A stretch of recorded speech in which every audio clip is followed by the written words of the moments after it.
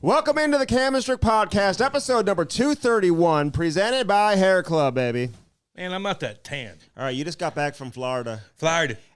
You have no tan. I have no dude. You tan. have no color to you. Nope. Like, what kind of Florida are you referring to? Siberia. It wasn't the Florida that I know. No, I know. Well, it went through Everyone a cold else patch. I know who went to Florida comes back with a tan, dude. You have no tan. I would say, remember how I was remember I told all y'all out there that I'm not used to, I'm like, kind of a princess, and I'm not used to living with people kind of thing, And I have my, like, tics and stuff I have like I'm loud.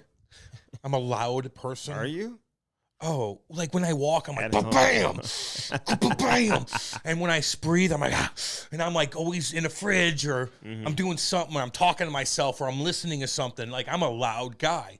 And I was with my family, like with Kate's family, really. We rented this big place out down in near Rosemary, which is really pretty. It's called 38 out of Florida. If you know, you know. It's all good. But it's really nice and expensive as fuck. But I'm living in this nice house, but I'm like, I'm just loud, man. Like I'm snoring and everybody could hear it, and it's just like I can't. That was kind of tough, but we had a good time. We drove back, and we just missed some monsters that came through. Andy, monsters came through. Like Do you know what I'm talking about? What happened? Do you know what I'm talking? The tornadoes? Yeah, damn right. We didn't have any tornadoes here. Not here. Driving back from Florida, You saw going them? through Alabama, going through Tennessee, Mississippi's right there.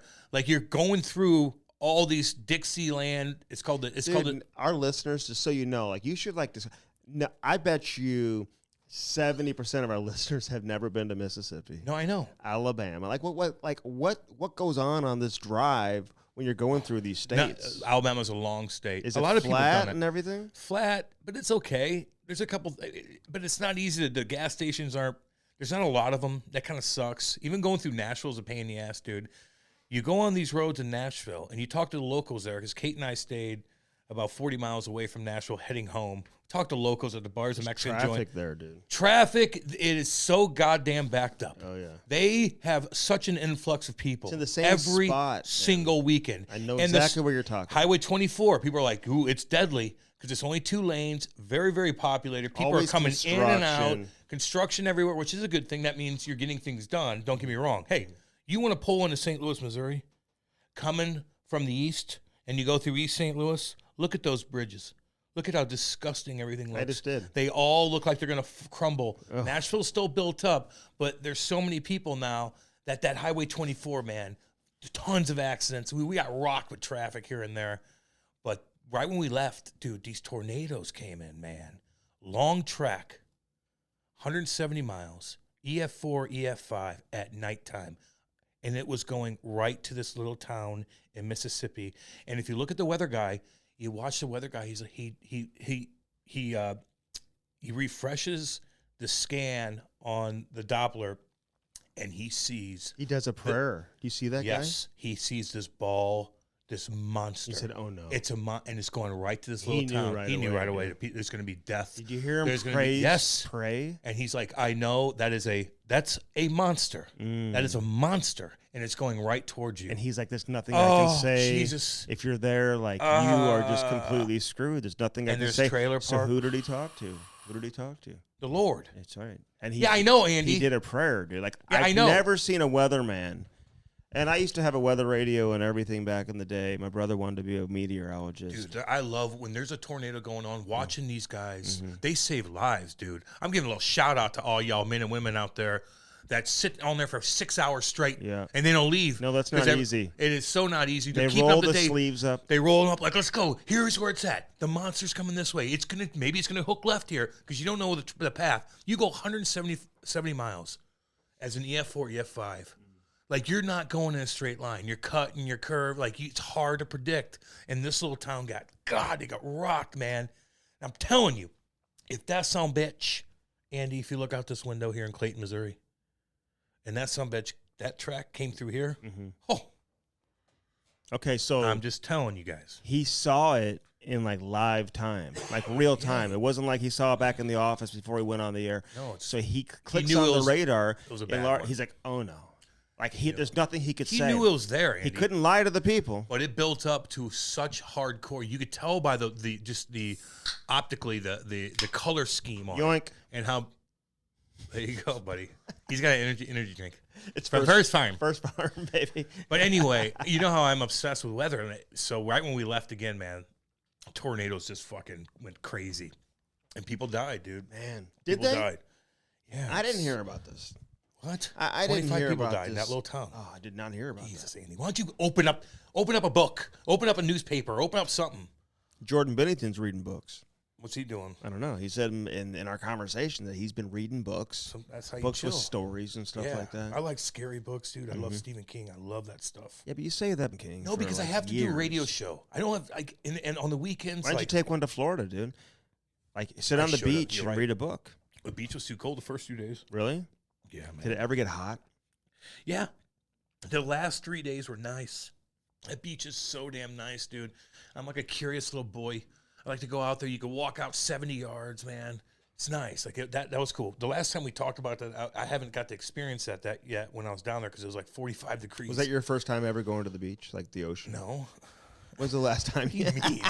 When's the last time you went to the ocean? I went to Cabo 5 weeks ago. Oh, that's true.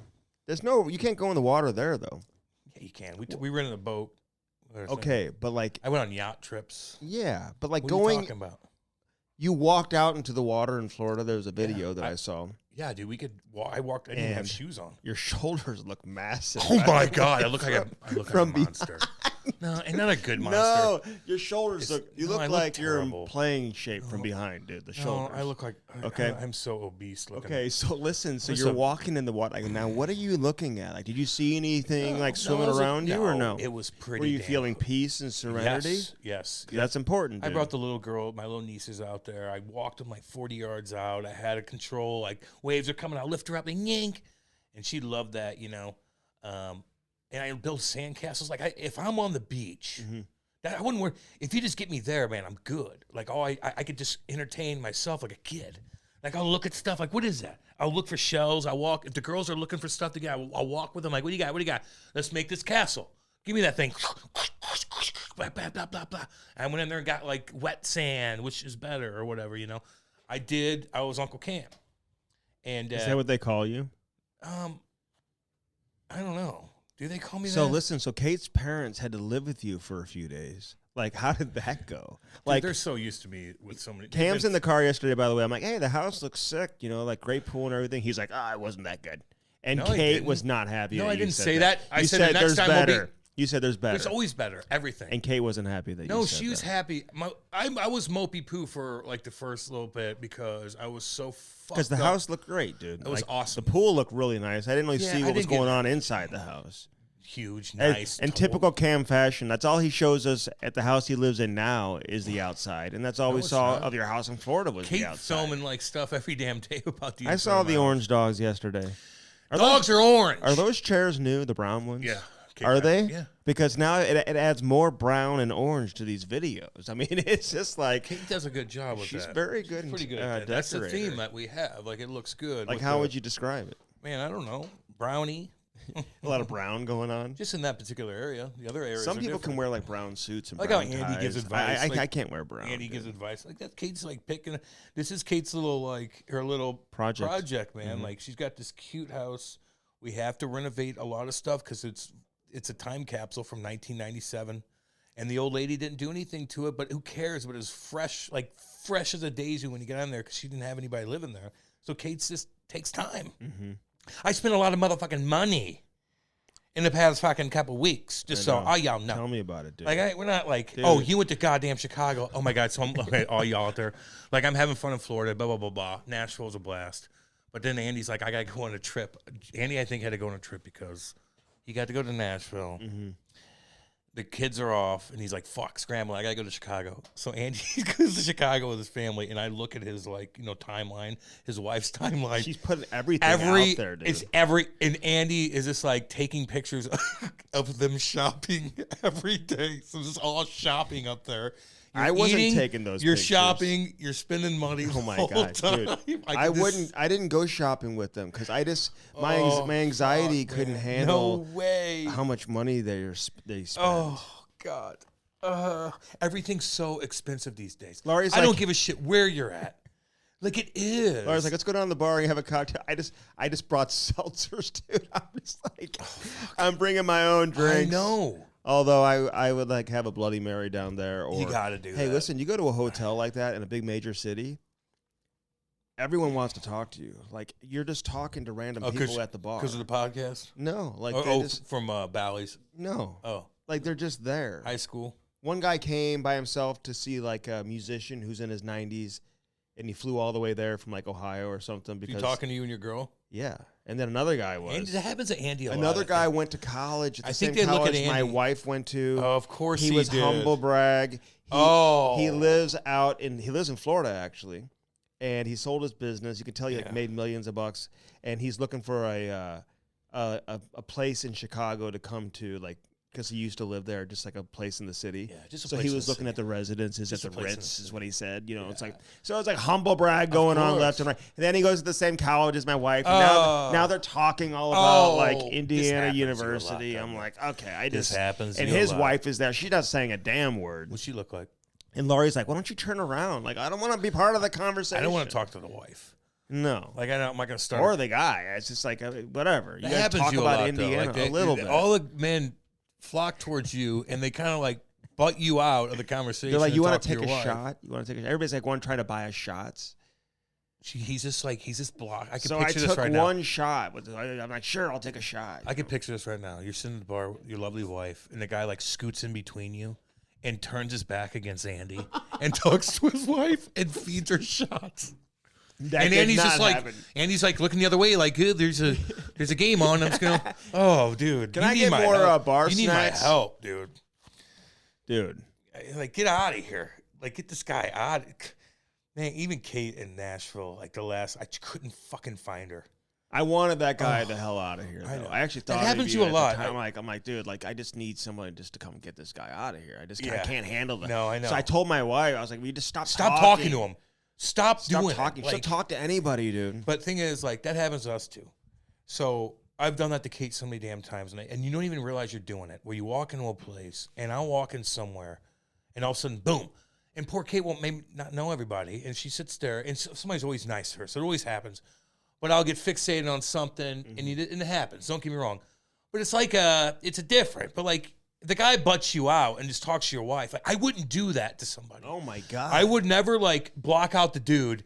Even if the wife's talking to me, I'd look at the guy when I'm talking to her, kind of thing. I swear to God. He kind of did that a little bit, but he didn't block me out. I don't believe that. Dude, he blocked you right out. Let me say, Chicago pizza, by the way, is terrible. No, it's not. It's not very good. It's good. It's deep. It's nice. It's different. No, I got the thin crust. Well, you're not doing it right. You just go to a deep dish. It's good. Well, we could have gotten the deep dish. It's good. Chicago's got damn good food. Yeah, the food was damn great. Good food. Yeah, they got the best steaks. They got. No, it was not great. The best. I mean, they got just damn good food, man. Mm-hmm. So my oldest is 12. And so she no longer orders from the kids menu, dude. Every time she orders something, I'm just like, oh my God. Expensive now? Come on. Jesus. Can you get something? Can you get chicken nuggets and fries, please? No, let her like expand her palate. I know. She does. What does she like? Does she like different things? Oh, yeah. All different types of stuff. Yeah, she's going to be like dude, cool. My kids. She's going to be cool. She's going to be like fun to go, if I'm a guy, and like, let's go to sushi. She's going to be like, hell yeah. Let's go to dip. She's going to be my little guys love sushi. My little kids. Just like, it's cool. Like, makes you bond more if she's not like, we can only go to this, or a guy. Like, I can only do, is it gluten this or whatever? And I get some people have, but if she's not strict on that kind of stuff, it just helps out in relationships. Yeah. No, we got hooked up at the hotel. It was a great situation. We had plenty of space. It was, Chicago's a cool-ass town, Were you able to get down with it? Well, how does that work? I'll tell you what happened. Well, how does that work? Yeah, no, you can. I don't know. I don't have three kids. On the 32nd floor, they had a arcade that was like had a PS5 in there, bunch of games, and it's all complimentary because like for people who stay you there. Leave them up there by themselves. So like the rule was you had to have an adult with them, but like Chloe would go up there. It's all good. She's like, fine. Yeah. So. You know, that was our. So what happened? Well, that was our opportunity. So you went to get the alone time when they would go up. So you have to do it quick. You can't take your time. So one time we got a phone call that we had to have like somebody come up there. No, that's Chloe wasn't up there with them at the time. You walk out like a towel, like, oh, I'm coming. Okay, we'll be right there. Yeah. You lock the door. What do you mean? No, you extra lock the hotel door because if the girl's like, I have a key, and they come in, or anybody. Yeah. It's just tough, man. You got 3 kids. Like I'm asking questions. And look, all you guys out there too that have a ton of kids, man, you guys understand. Sometimes you and your wife, especially when you go out of town, you get more. There's like a weird drive that you get, sexual drive that you get when you stay in hotels. I certainly get it. Kate and I, God, yeah. Now when we got to the the house with the families, and you can hear the kids I'm like, ugh. How'd you handle the drive in general? Like being in the car that long. I sat there with like that little space you have. I was getting my mind right. I was chilling. We were listening to different stuff. Did she drive the whole way? Yeah, and she's a trooper. Oh my God! And it was raining. So she drove the whole. Why do you do that to your wife, dude? That's her car. I was telling Laurie, she's a good driver. We were driving back from Chicago. It's only a 4-hour drive, 4.5 hours. But I'm like, that Kate drives. Dude, I told the you entire way. I got weird vertigo to Florida and back. Well, she doesn't want me driving after what we did in Nashville. You think I'm going to get in the back? Well, this is the difference. This is coming back from Florida. Yeah, she drives. Her mom drives her dad too. So no. I got issues, man. No crazy incidents like in the house, like that. Did the family like having you at the house? Of course, dude. Like you weren't like. Of course, I'm like. They're like, oh my God, this guy's an animal. Look at this guy. They've known me for 10 years. Like they've seen so many. Now I crazy saw one things picture with the brother-in-law. I got some messages from some people guy, too. Yeah. Because I was suggesting. In our last episode, that you do something nice with the brother-in-law. You don't even know. Like he wants to get away, dude. He wants to go have a cocktail and get away from everybody too. And you didn't have it in the plans to do that. No, but then I saw you guys take a picture on the beach and everything. Yeah, dude, we're hanging out. Yeah. Dude, he can't just leave. No, he can. No, he can't. Sure, he can. No, he can't. He can't. Well, what would happen? Well, he's got you can't 2 kids. say you couldn't be like, hey, we're gonna go get a cocktail and we'll come back in an hour. It doesn't work that way down there. Like an hour, like everything's slowed down, man. Like you drive and you sit at a place, like you're not just going to sit there for an hour. And Kate wants to do that with me. No, you say like there's no Andy. Here. Let me. Can I shut you up for a second? She can come too. You're trying to reach something. There's only so much time, and you think his wife, who's on him, wants me? No, she wants him. They want to be together. The kids have things they have to do. Is that Kate's brother or the wife brother. is the sister? No, Kate's brother. That's Kate's brother. They look. You see their eyes. They look like. And although they don't look like her parents, but Kate and I needed to go. Kate looks like her mom. I don't think so. She has or her dad, hair, right? Yeah, but that's it. And her dad is like Italian, and Kate is like blonde hair, blue eye, like I am. Is he like really Italian? He's half from Sicily. Yes. Really? Yes. They look nothing alike. No. They look nothing alike. I think they're adopted. Oh wow. My dad's calling me again. What the hell is going on? Who did the cooking? I barbecued one night. I saw that. And you know what? I barbecue for people that I know. But like that, like people are different picky. The girls are kind of picky with stuff. Pressure, like a couple of some of my 2 nieces are like, they eat like Andy does. Very picky. It's hard to, you don't know what he likes. So you don't eat, well, let me look. And like, how some people are like, are so picky, you'll cook and they'll look at their food, even though they don't have like a disorder or like some sort of problem, but they're just picky. And I was kind of worried about the girls being like you. But they were great, man. I cooked simple things. I did make jalapeno poppers. I throw some chicken thighs on, bone-in, baby. Made chicken breasts as well. Made a couple other little things. I created a little thing. I put it on this huge-ass grill that they had. And I did a dang good job. It was actually healthy. How'd you make the poppers? Were they frozen? They're already made. Oh yeah. Well, yeah. Because anybody can do that. I like going to grocery stores down there, too. Okay, so I barbecued yesterday. Now, I almost bought the chicken thighs because they were cheap. They're cheap as shit. They're great. How do you make those though on the grill? Like how long? Put them skin side up until the very end, and just let them sit there. I dabble for how long? Fuck, 45, 50 minutes. What temperature? 350. Dude, I had the Traeger out. I cleaned the Traeger off. I'm a Traeger ambassador. I had my Traeger apron on. The Traeger family, like, you get more creative. I love communicating with the Traeger family, like on Facebook and online, and we're all coming together and giving different ideas, recipes, and just being part of that community, man. I mean, there's something to be said for that. So we barbecued yesterday. Okay. And like, all the people around the country and like, hey, send me pictures, Andy. Like, would you, send me some pictures. Like, mostly women. What's the inside temperature? Like all that type of stuff. So, he eats like a bird. Did I barbecue for the whole family? I had a fire going last night. Did you barbecue? Actually. You're dragging the story Very out. simple. Like I had hot dogs and hamburgers. That's dude. awesome. What do you mean? It's like you're bragging about like using a hot dog, dude. I had some like sausages. Try the chicken thighs. How do you skin how long up? down? I put a little How butter. long? I put a little garlic butter seasoning on that gosh dang skin, and let that skin curl up a little bit, and wrap the skin around it so that it tightens up, so it doesn't curl up. Wrap too the much. skin around Yes, what? keep the skin on. Although you might not want. Why will it fall off when you're cooking? Yeah, it'll just thin out a little bit. You can wrap it around, and at the very end, if the skin's not crispy, I take them bad boys and go skin side down on the fire, which should be on the opposite side of your grill, and then do that for like 40 seconds, and they'll crisp up a little bit. Yeah, no, I had some.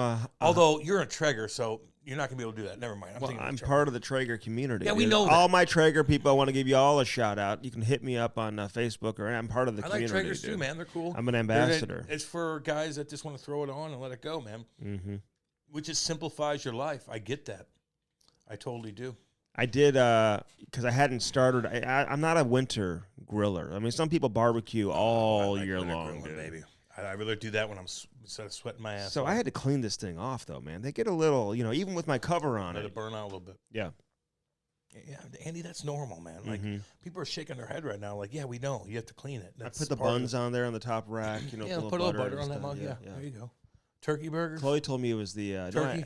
Turkey. Actually, Ivy told me it was the best hamburger she's ever had. Wow, she knows. Cheeseburger. She knows. She does know.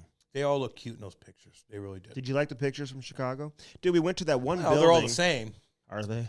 Well, yeah, you're in Chicago. You're at one place, and then you're at another place, and you're at another place. We went to Navy Pier. There's only so much you could do in Chicago with your family. Oh, you did? You go on the beach? We went to Navy Pier. The beach? We didn't go on the beach, but like too cold. They went on the Ferris wheel. I don't do that because like I don't I'm not. You got vertigo now too? Well, I just don't deal with the heights very well. So I let them go on there, and I was like taking a video. Hi, I can't see you up there, but I just think. Are you like, let me go get a cocktail? Oh yeah. The whole time? No. Can you drink the whole time when you're with? I can, but like day drinking kind of like messes you up, doesn't it? Yeah. I'm more like 5 o'clock on. Yeah, but then you're staying up later. That's no problem. Okay. If I day drink, which we had Bloody Marys a couple of days in the morning, like just kind of like mess you up. rocks That's me. good. And then keep I'm it that way. And then I'm tired during the day. We went to yoink the building where you go up 103 stories and then the floor is like see through. Yeah, and you can see down, dude. I mean, I know, Andy. We all been to tourist spots. In no, Chicago. I'm just, and I told my wife, I'm like, you're doing too much touristy things. You're spending money. We went to the Museum of Ice Cream, listen, dude. Here's what you did. You spent money.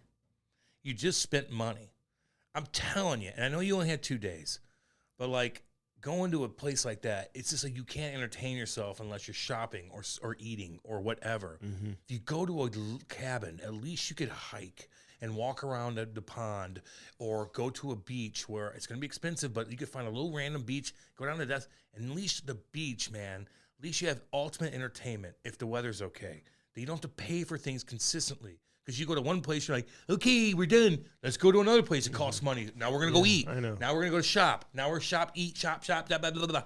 Go to a fucking beach or, I know. So what'd you see in the pictures? Just like Nashville. It's the same thing. Like I just like everything. I mean, listen. The kids look cute. Lori looks great. We went to the museum of... you look miserable. Did I? Kind of. the ice cream museum, dude. It's awesome. I mean, Andy, that's I was like, what are about we... I was like... biggest yarn? Get me out of here. Like, I wasn't into the ice cream museum. The building, 103 stories up, whatever. But even to get there, the Ubers are like $45. Spending money. For like 2 miles. I'm like, what? You just drove us 2 miles? Hey, so everywhere is expensive. So, listen, we do the cabin trips all the time. And you know what? For because of like work and everything, man, we had a short window. What are you going to do? It's a 4-hour drive. You can't do the same vacation every time. No, I know. You know what I mean? You got to mix it up. No doubt. This was more for like my oldest dude. It was like her.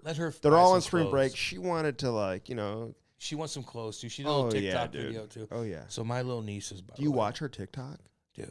Because that happened down in Florida. So they're not listening. It's all good. So Kate's, or my little nieces, man, the ones get a little older. I think she's 12. I think she's Chloe's age, right? Chloe's age? 12, yeah. So she's like, they have to like watch her TikTok shit, you know, rightfully so. But like, she's in this, like, she's on the beach. She's got she looks like what Kate would dress, like with a nice little thing. Looks very fashionable. The younger one, Maya, is like, we're building sandcastles. Where Eva just like leaves. We're like, where the fuck she go? She has her phone down, crawling literally up to the camera, like doing like these dances. And I'm like, oh, snap. Like, and then like they're obsessed with that shit. I saw Chloe do the same thing. Oh, Hers yeah. wasn't as, she's in a two-piece. Who is? My niece. Oh, yeah. Crawling up to it like, Oh, my God. No, the TikTok.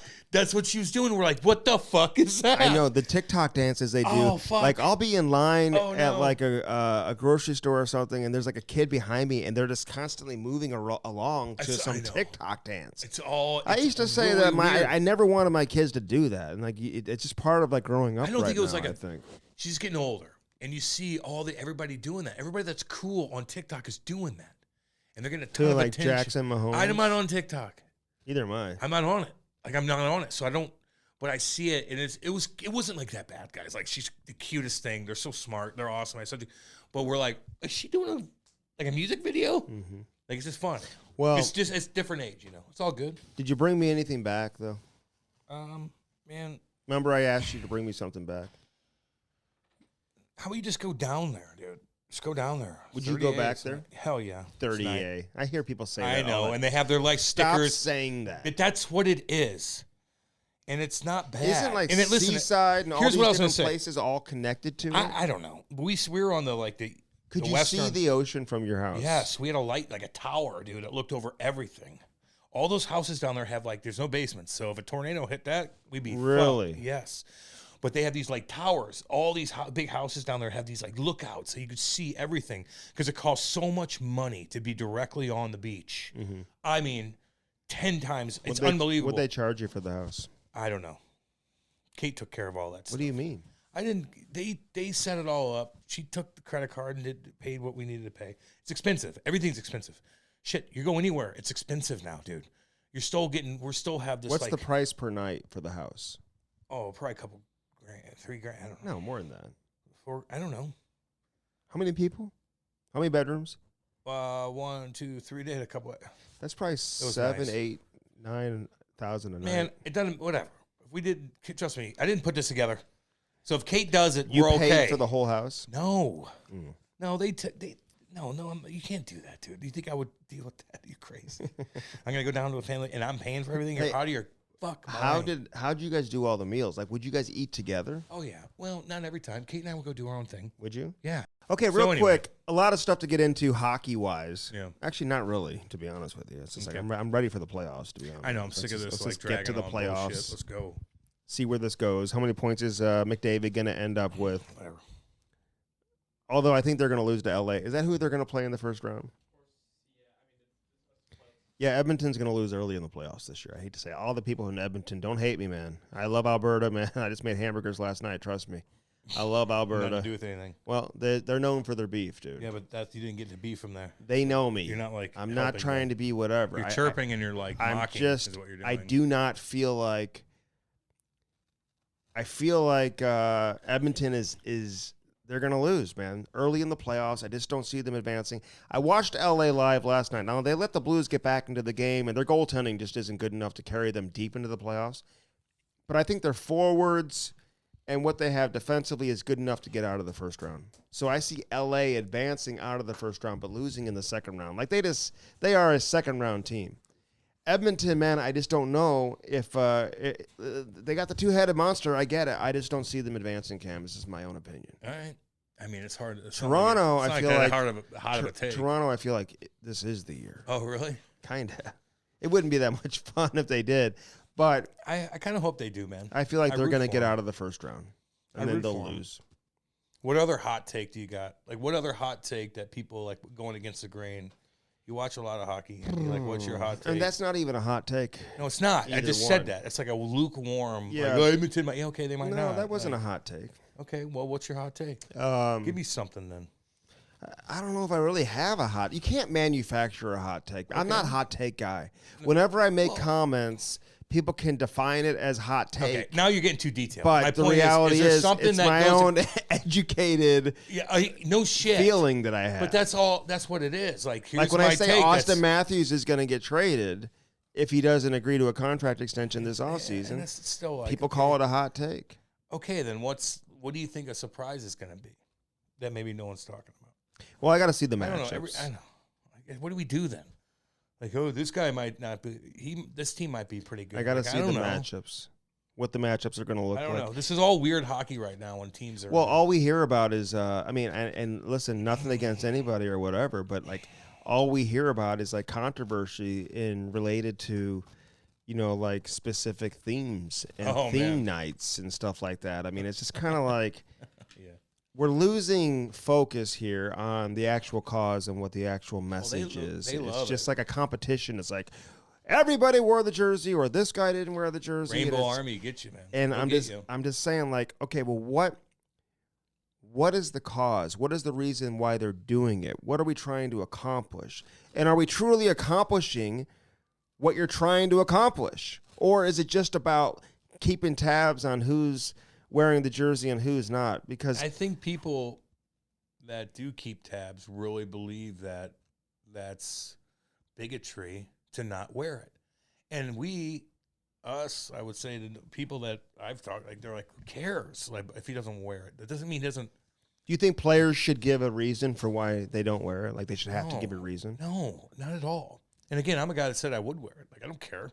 Dress me whatever. Like, you're going to make me wear it, like, when I'm walking around to work and coming here, like, hey, you got to wear that today. I'm like, no.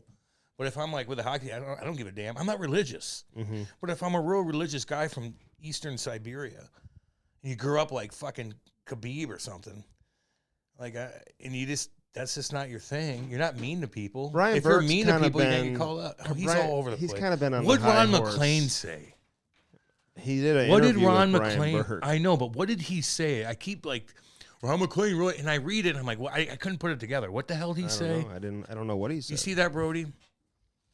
He did an interview with Brian Burke, but like, Brian Burke, I understand, like, he went through a bunch of shit with him. He's gone through some personal stuff and whatever, but I don't think his attitude was always the way it is right now. So I just think we got to be careful admonishing people and pointing fingers at people. Just let everyone like kind of run their life. Now, where the Stahl brothers made a mistake by saying I would never wear it, and then there's video footage of Eric Stahl wearing a Pride jersey. I think when he played with Montreal, he's probably like, oh shit, I did wear it. Yeah, I forgot. Oh yeah, I forgot. But it's like, whatever. Hey, maybe Jordan didn't want to. Is he a bad guy? Maybe Jordan didn't want to wear it, and he's like, listen, I'm not going to let you hang on an island by yourself. I'm going to support you with this. Do you think if you had a gay family member, which I do, I have close family members that are gay, and if I went there to an event, a golf tournament with them, and I saw Eric or Jordan, and I introduced them, and they knew they were gay, do you think they'd be mean to him? Fuck no. They'd be sweet as fuck to him.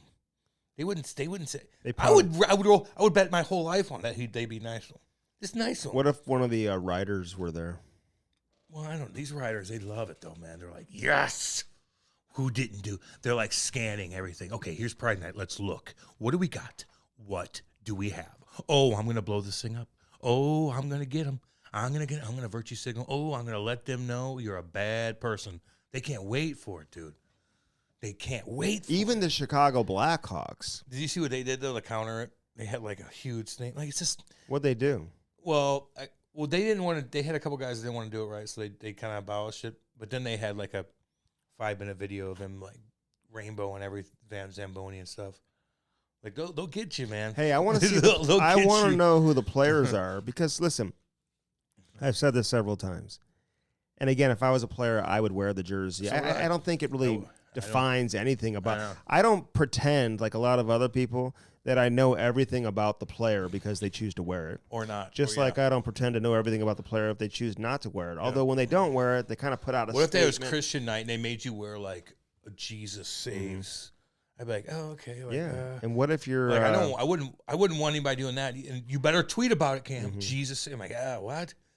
Like, I don't know. I know. Some people may not want to wear that. Now it's military. I don't give a fuck. I will do all that. Right. But it's just like, I don't know. It's a unifying thing. Like, and I think you World hear War III might happen here, and all y'all out there. Hey, like, you've heard. I think Matthew Kachuk talked about like, okay, he loves the theme nights. He loves military night. He loves hockey fights cancer night. Yeah, I'll wear that. This one too. Like they wear the different jerseys and whatever. But I just don't pretend to try to like dive into somebody's head and know exactly what they're thinking. How dare you? Some players just don't want to deal with the shit. Who didn't wear that? And some players want to prepare for the game the way they always do. It's part of the routine. Yeah, but you just put it on a and jersey. they don't care because they just want to go take warm up. It's more, man, my dad keeps goddamn calling me. What the hell is he doing? It's more, I don't know. It's more of a religious thing. Like they're just like, that's just what But some Russians, and Brian Burke kind of got into that. Well, it's not okay for some Russians, but it's okay for other Russians to wear it. Like Bobrovsky, for example, wore the Pride jersey. And there's some other Russians. He's not religious, probably. Maybe not, yeah. Kobe, I don't think was. So how should the media react to it, Cam, do you think? They can do whatever they want, man. Mm-hmm. I think the media is going to do their thing. It's just that people just understand that the media, that helps them to be that way. Can I ask you this way? Like if you're the National Hockey League and you're sitting back and you're observing, you're probably like holding your breath with like every team that holds the Pride Night, like wondering, okay, what type of negative attention are we going to get from this? Or is everything going to go over smoothly and there's no issues? No, of course not. Like they're probably thinking like maybe we have to like reevaluate how we do some of these theme nights because is it really worth just the negativity that comes with it when you're trying to celebrate a cause? I mean, I do believe in the like inclusiveness and all that and trying to like bring everybody together. But like I said, because of the way everybody reacts to those who choose not to wear it, I think the message gets lost in translation, if that makes sense. Carolina's probably going to lose in the first or second round too. They got a bad injury. Oh, the kid. I like that. Can I give a hot take? Man. I've been telling you to. Here's one. We're going to know at the end of this playoff. As good as Rod Brindamore is, I feel like he could potentially be among the most overrated coaches in the league. Wow. Well, do they spend up to the cap every year? Well, they Have they money. used their homegrown guys and developed players? Have they turned their draft picks into superstars? Have they been consistent? Has he well liked from everybody? Has he been in weird drama fests? Has he said anything goofy? You cross all that off the list. Mm-hmm. I don't know. That's a big chunk of your character and your performance. I mean, obviously, he gets a lot of attention for being Rod the Bod, and he had a great playing career. And listen, this guy's walked into coaching. He's had success. I'm not going to sit here and say he's not a good coach. Being overrated versus saying he's not good, like you got to separate the two. We include him in the upper echelon of coaching when in reality he still hasn't done anything in the postseason. So he's got to do something in the playoffs before we truly elevate him into a level that maybe he is considered to be in right now by a lot of people. All right, Andy, give me your top 5 coaches in the league. Well, 2 of the best ones aren't coaching right now in Barry Trotz and Joel Quenneville. Okay, I like that start. Okay. All right, so we'll start with that. Daryl Sutter's having a terrible year. But he's a top. And he's won a couple cups. And he's considered in that upper echelon. Yes, he is. Okay. I like Lindy Ruff, man. He's up there, yeah. He's had a lot of success. Watch your damn mic on your goddamn chest. Oh. Jeez Louise. Take that. It's too big for you. Pete DeBoer. Oh, good old Pete. Is obviously having some success this year, but he's just okay, in my opinion. Hasn't won. Game close. In reality. Hasn't won. I like that Ricky Tocchet. We're throwing bombs out. Ricky Tocchet, one of the best coaches. I like him, man. He's having a hell of a run in Vancouver. Hey, all the Vancouver people that were like trashing the Canucks for hiring him. Remember what did we say at the time? Hey, they got the right guy. Well, maybe that, but we said they got the right guy too. Yeah, dude, he's winning a lot of games right now. I like him a lot. He's a good dude. So I like him an awful lot. I like what he says on TNT. Listen, I think Craig Berube's a hell of a coach. Okay. I would say that Bruce Cassidy is is a good coach. I know his players didn't like him in Boston, and his shelf life maybe isn't going to be super long no matter where he goes moving forward, assuming the relationship kind of trends in the same way it did in Boston. But he's a hell of a coach. There's no question, man. Look at what he's been able to do. You've had guys say both, when we had guys on, which we do, and they kind of associate with everybody. We talked about Bruce Cassidy. Some people were negative about him. Some people were positive. I think Jared Bednar is a good coach. There you go. Okay, just got an extension. Got an extension. Has a hell of a team, though. Yep. I mean, he Have wasn't. we had him on? Yes, we have. Yes, we have. He wasn't. He considered. He confuses me sometimes with the old Rangers coach, who looks just like him. We had on. He was driving with his wife, Quinn. Oh, Quinn. Yeah, David Quinn. David Quinn. I like David Quinn too. I like him too. Anyway, sorry.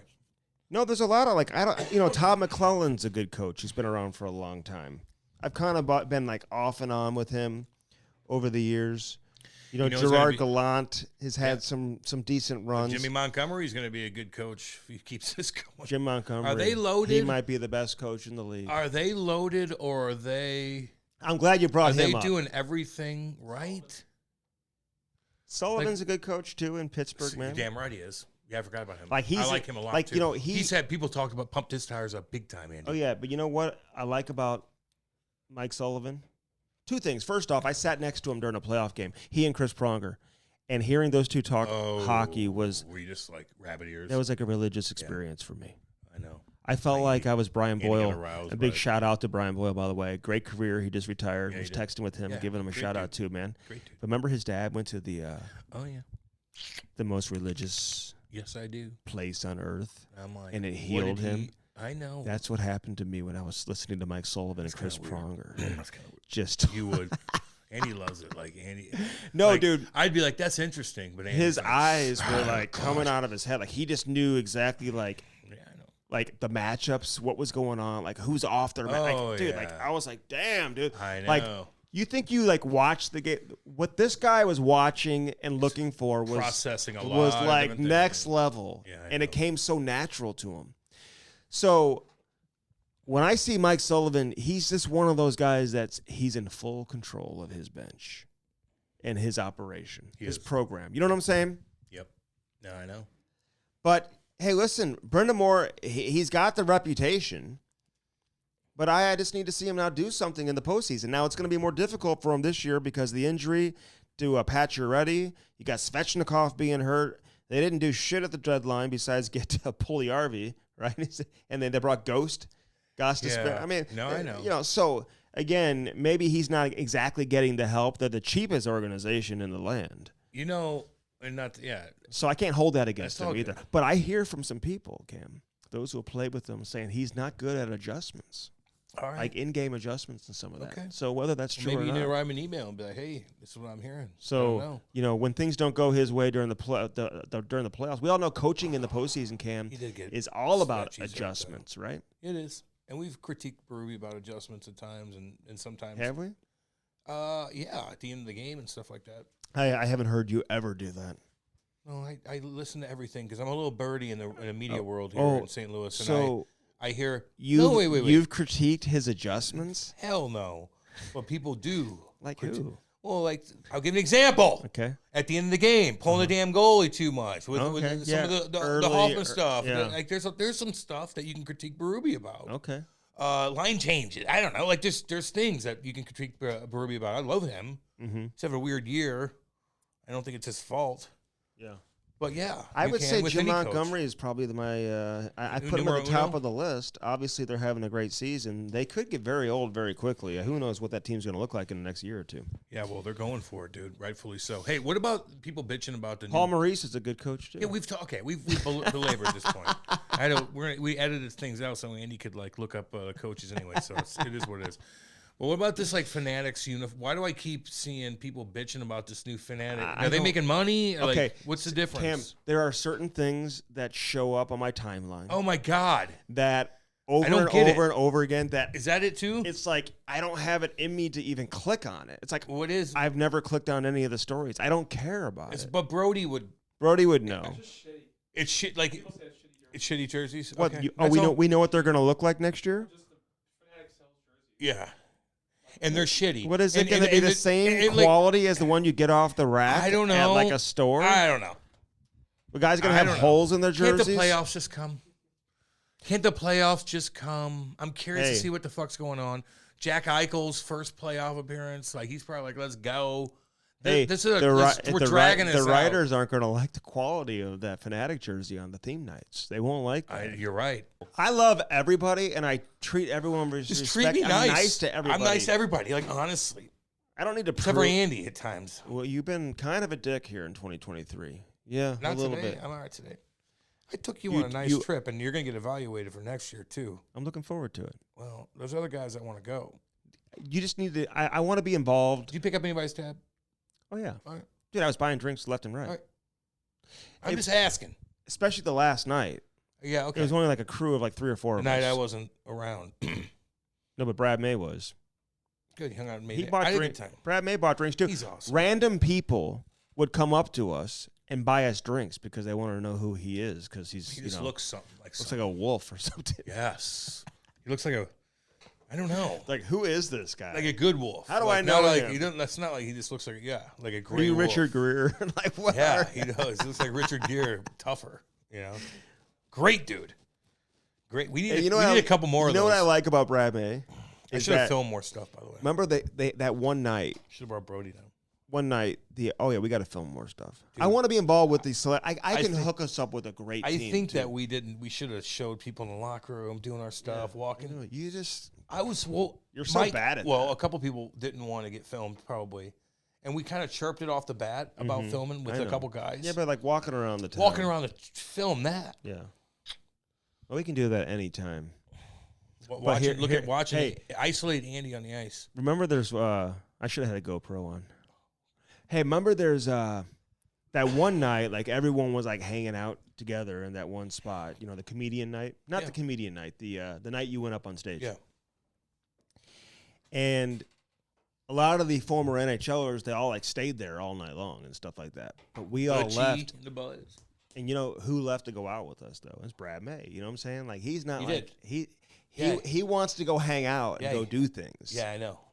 Because Butchie, I was smoking darts. Like he's not looking just to like tell stories all night long and stuff like that. He wants to go out and do things. Well, he's a lot of those guys.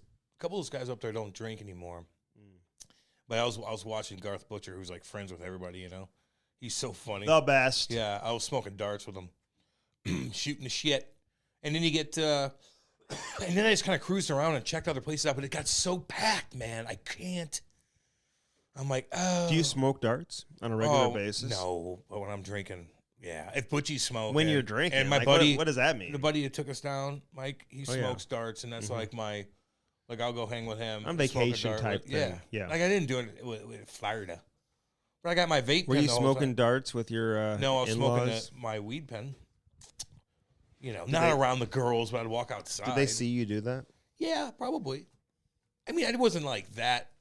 Are you worried about them seeing you? No.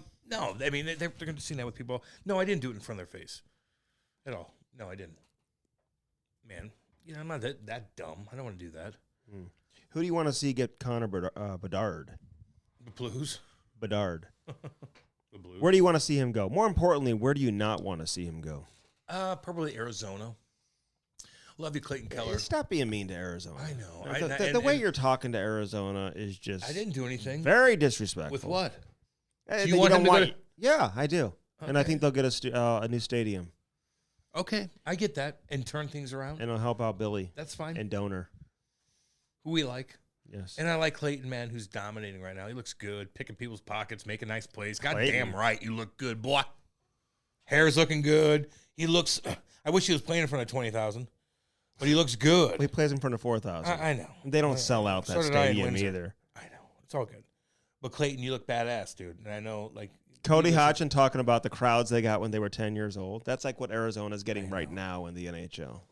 I know. I'm not chirping. You want me? You're forcing me to chirp it. Well, I didn't like what you said about that. I just pumped up Clayton. I want them to succeed, but Anaheim would be kind of cool for him to be with those with Ziggy and those guys and Troy Terry, and it'd be a cool place to have a superstar, I guess. Who would you like to see make the jerseys and design the jerseys Yeah, for them? no Do you idea. have a brand in No mind? idea. I don't know why I even brought that up. 'Cause Cam's I don't give a like, shit. I think members only should do it. I don't know anybody. Hugo Boss. Hell yeah. Gucci. Yeah, the NHL went from Hugo Boss, which is like, I had the baddest ass, right, coming out of 2002, going to training camp. Everything in the NHL was Hugo Boss. I had a 40%, I had 40% off at the Hugo Boss in this nice, wealthy-ass mall in Jersey. You go in there and load up. Cute girls are like, "Hi, Cam, how are you? Come on in here." I'm like, "What's up?" "Oh, God, hook me up." And they measure you and stuff like that. And you just had a huge percentage off. That was the coolest thing going. I take bags back to all my buddies, dude. I just collect all this Hugo Boss Yeah, but shit. you got in trouble for that. No, that was on the plane, going to the NHLPA shop. When you say stuff like that. Jamie Langenbrunner had to let you know, dude. He made you cry on the plane, remember?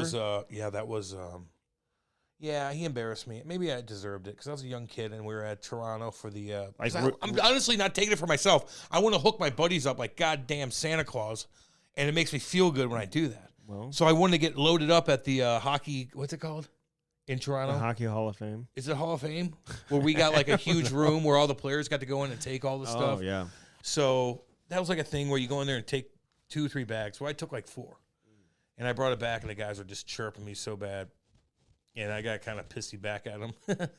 And then they called Zach Parise up from the front of the plane because I sat back with the guys because I played cards with them. And I was a young kid doing that. And they chirped me because I was doing that, but I didn't care. And so they made Zach switch with me. And Zach had to go play the cards. Oh, really? And he sit me up front. Oh, my God. I know. That's like demoralizing. Very much so. What did Mike Modano say about Zach Parise? I don't know. The one that we had to edit out. It wasn't good. We had to edit it out. It was not good. The Coyotes, speaking of the Coyotes, their minority owner arrested for strangulation. Was he at 5% ownership? Well, he's been suspended indefinitely. I mean, this is the last thing the Coyotes need. Strangled his wife, allegedly. So is that frowned upon?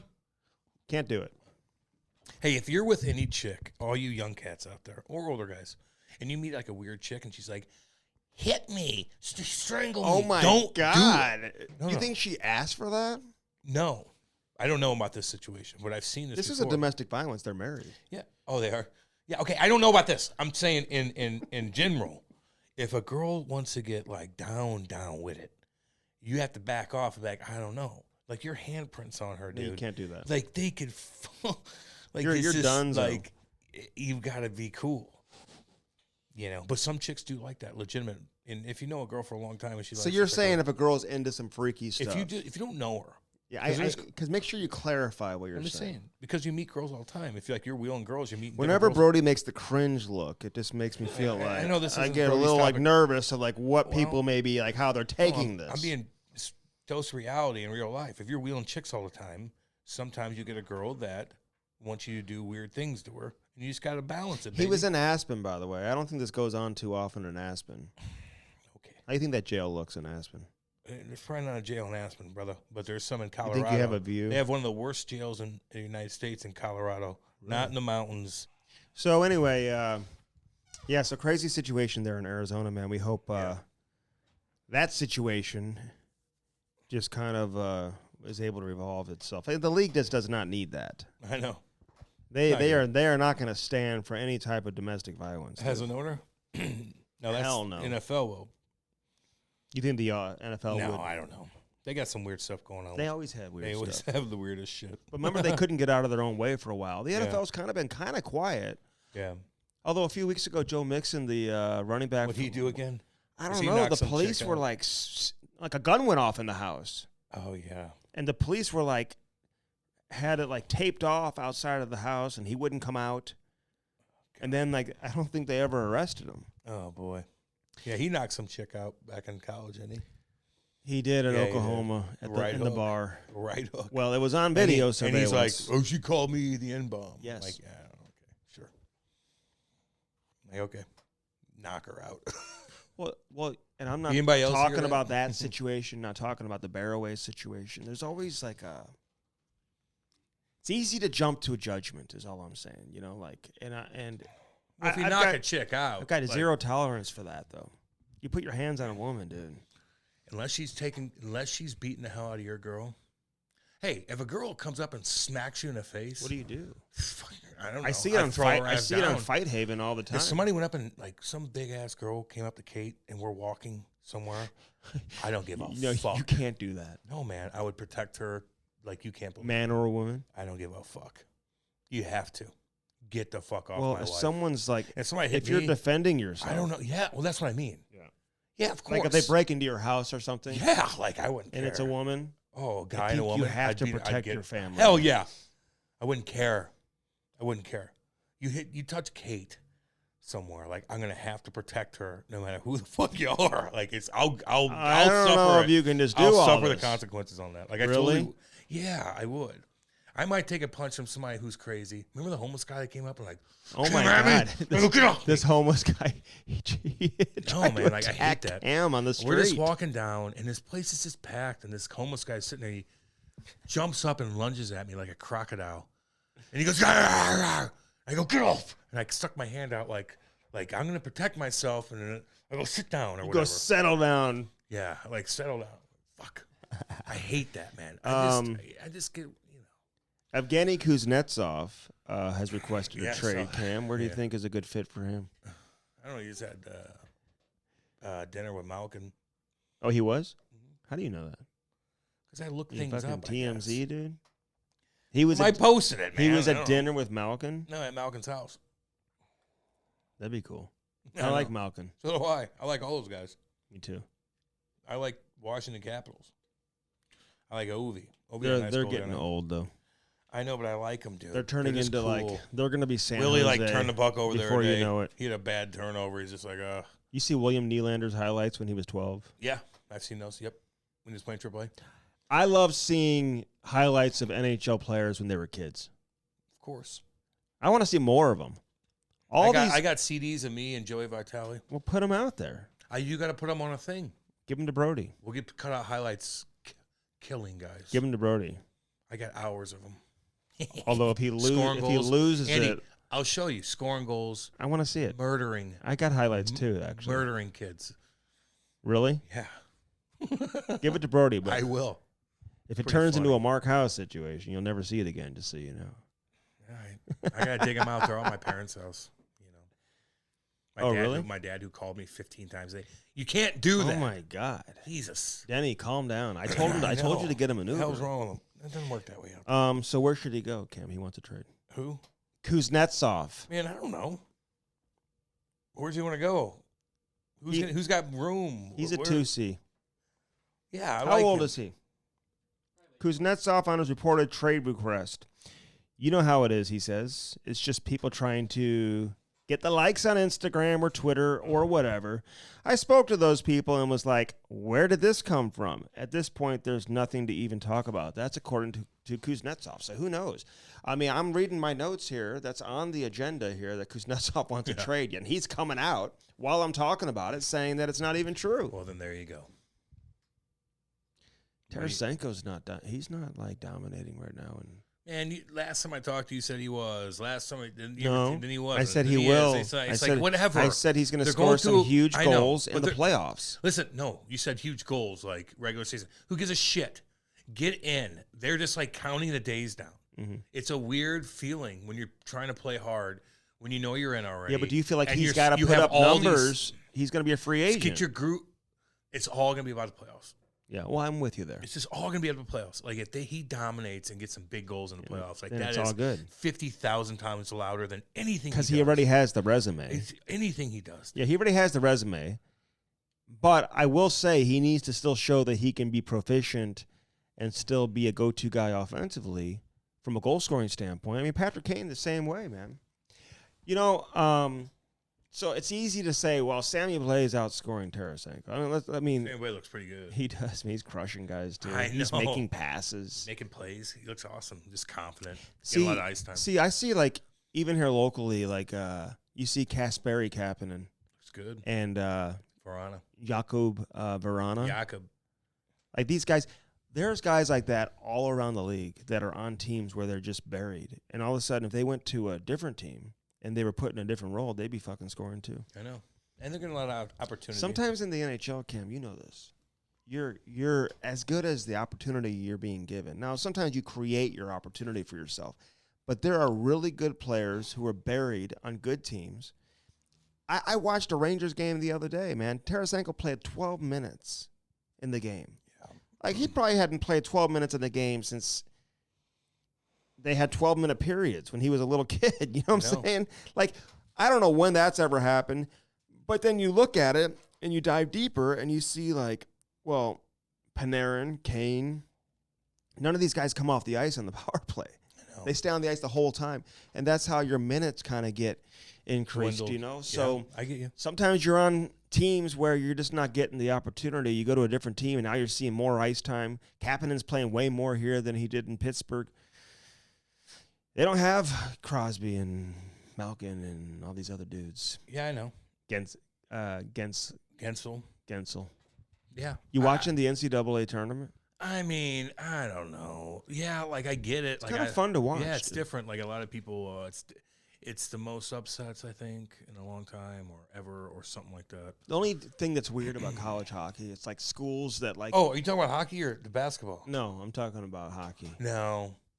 I gotta watch the basketball stuff because I have to keep up with it for the radio show. Like, no one's talking about a college hockey tournament in St. Louis. Nobody is. Besides you on radio, honestly. I know, but I kind of like watch. I've watched a lot of it. It's on NHL Network. But the problem is it? I don't think it is. I saw it was on a bar in middle of Tennessee one night. Yeah, probably on ESPN News or ESPN2, whatever it's been it was on a bar. Kate and I were watching The problem is with hockey and why the average fan will never get into it.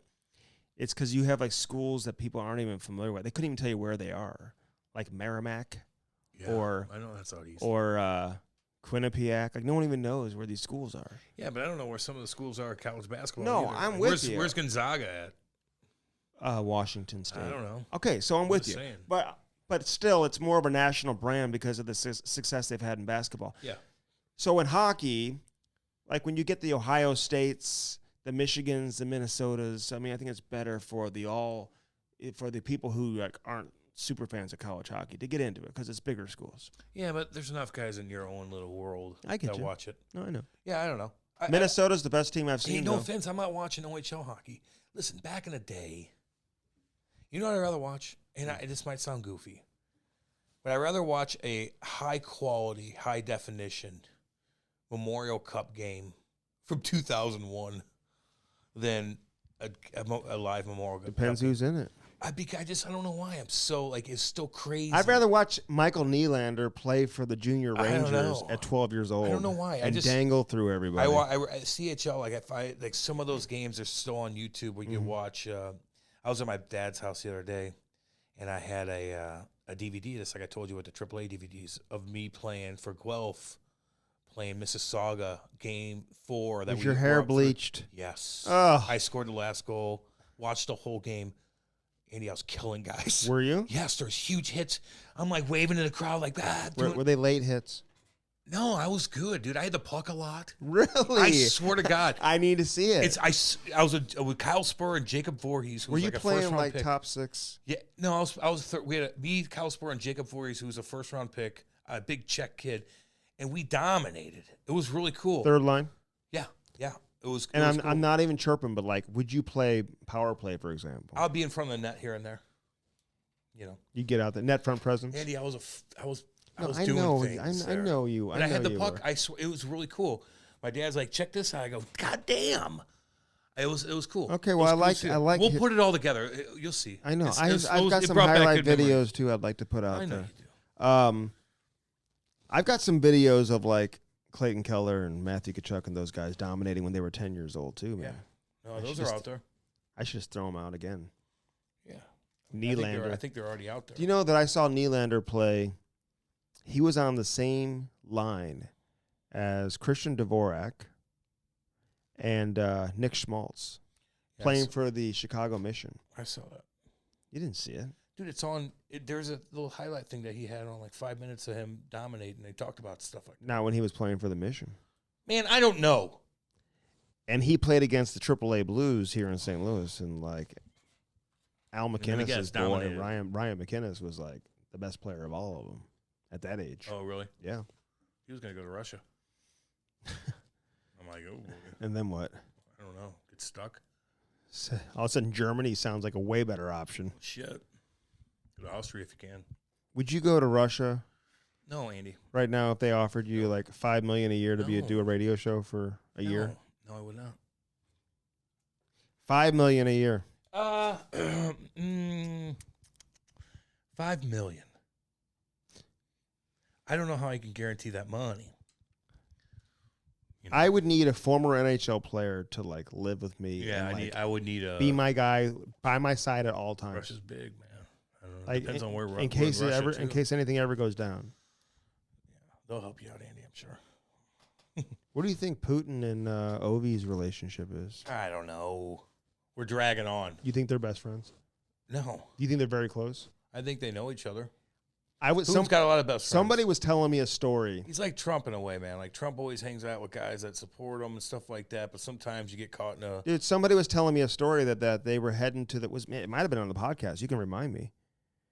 They were driving to the rink, and Ovi was in the car, obviously on the way to the rink. I think Troy Brouwer was in the car, maybe, and like Putin literally called Ovi. Maybe. What do you think he said? Ovi, what's up? Hey, Ovi, we got a thing. Congratulations on this. We have a thing. Would you like to be a speaker at one of the events? Whoa. Yeah. Oh, you think that's what he wanted? Maybe. Congratulations. You don't think he was like, hey, what's going on? Like, no. What are you up to? Nope. But maybe. I would say no, but maybe. I look at just how like Trump did with Marty Brodeur and guys like that I saw firsthand. Would be, hey, congratulations. He'd be calling Marty and be like, hey, do you want to go golfing next week? Yeah. Steph Curry, you want to go golfing? He still does that. Have you seen the female version of Steph Curry, by the way? I saw this. Caitlin Clark from Iowa. She got a triple-double, Cam. She averages 40+. Who are the two twins? She'll be the first overall pick in the WNBA draft. Are you talking about the two twins from Miami or something? Okay, I saw one girl from Miami, the blonde. Are they twins? She has a twin? There's these two sisters. I don't think so. I don't think she has a twin. Oh, but she's confident at the free throw line, though. We don't we're dragging on. I'm just telling you, this girl, Caitlin Clark, the first woman in college basketball history, women's college basketball, to average 30 or to get 30 or more points and get a triple-double. She got 41 points and had a triple-double. That's never been done in the history of women's college basketball. She will be the first pick. I'm hoping Phoenix gets her. Yeah, me too. Because if you could put her with Brittany, you can have that inside game with that outside game. That combo would be lethal. You're annoying people right now. Lethal. You're annoying people right now. Dude, you'd never lose. How many games do they play in a season? Yeah, I don't know. They go undefeated. I'll tell you what I'm not going to do. I'm not going to go on a vacation for a while. Really? I spent a lot of money, man. I know. Tell me about it. Like, fuck You didn't spend any money in No, Nashville. Yeah, I did. No, you didn't. Yeah, I did. On what? A pizza slice? Cam comes out, it cost me $40 to buy 3. I'm like, that's all you spent the entire time you've been here was $40 on pizza. Like, shut up. That's all he did. That's the only time he ever spent money. Like, I'm evaluating you and what you did down there. Like, did you make the guys laugh enough? Did Cam, you pay for enough stuff? Yeah, you hung out with Mayday, but it's like, oh, okay. Okay, did like, you? Mayday What else did you buy? But like, don't deflect. You need to worry. What do you mean? I bought drinks all the fucking time. You need to worry. You bought pizza about once. you. You need to worry about you, homie. I'd actually like to take care of Mike. I just set things up. I had to talk to Jay. I had to do shit. Like I would actually like more of a managerial. I set the whole thing up. Like, what'd you do? What'd you bring to the table? Like, in all honesty, if I'm evaluating, I brought the seltzers. There was booze on the plane. I brought the seltzers, dude. Everyone was drinking them. You got chirped too by guys. They liked them. Yeah, I like them too. They're good, but don't. Okay, sorry, like now you got to defend myself. Now you're upset. Well, now I got to defend myself. You're talking about you didn't do anything. I set the fucking thing up. Like, it just cost me $40 for the pizza. That's ridiculous. It is. Hey, you know what, man? Everywhere is expensive. Yeah, I know. Except for First Form. Well, First Form is especially when the boys are getting hooked up down there. They're hoarding shit. Hair Club, though, Cam, and that can be very, very reasonable. And they've got payment plans and all of that. You know that. I need you to explain what the pill's all about, though. The first form pill. Well, I don't know too much about it, but it's just a pill. It is not much side effects. I'm sorry, the Hair Club pill. Hair Club pill, and you take it, and it doesn't affect any other part of your body besides your hair and your beard, which, again, looking at you desperately need. Not necessarily hair-wise, although you could thicken that out, too. Don't act like you're goddamn Brad Pitt from Legends of the Fall. But your beard, like you and Brody both, Jesus Christ. It's like a baby's ass. Like, it truly is. Like, I shaved yesterday. Could you grow a beard? What? Like a full one? What are you talking about? I've never seen you do it. Brody, he acts dumb. Grow a full beard. When we drag on, he acts dumb, and he pisses me off. Like, I've had a beard my whole fucking, like, since I've grow it out. I don't want to, dude, it's just bad. I've had a beard. Does your face break out when you do that? No, but, like, it's not about my beard. Everybody knows I have a beard. Just every picture of my whole Facebook account is me having a beard. It's about your non-beard. Maybe you should take some pills. I like how you deflect. No, it's about you and that baby-ass face of yours. I'll be the first one to say it. Like, baby face, man, is true. I'm not going to grow a big beard. Well, guys were worried that there was a kid on the ice when we were playing in Nashville. That was like, no, it's Andy. That was the goalie. That was the goalie. Oh, he's another thing. I'm going to have to really, really break down what we need for next year. Who is going to make, because other people want to be involved. Would you want to put one on here in St. Louis? Yeah, I do. Well, somebody approached me about it. Oh, I know. So I would do that. But I'm thinking maybe it's not hockey. Do you have to play hockey the whole time? Man, hockey's the best. I don't want to throw a fucking thing at He wants to do park golf. Golf would be cool, too. When's your golf or hockey? When does golf season begin? Now. This Sunday. I can't wait. Here in St. Louis. You know that guy who bought an auction item last year? I'll do that. We have to do that with him here in the next few weeks. 100% will do that. That'll be fun. So I'm looking forward to that. Yeah. I need new clubs, though. We all do, Andy.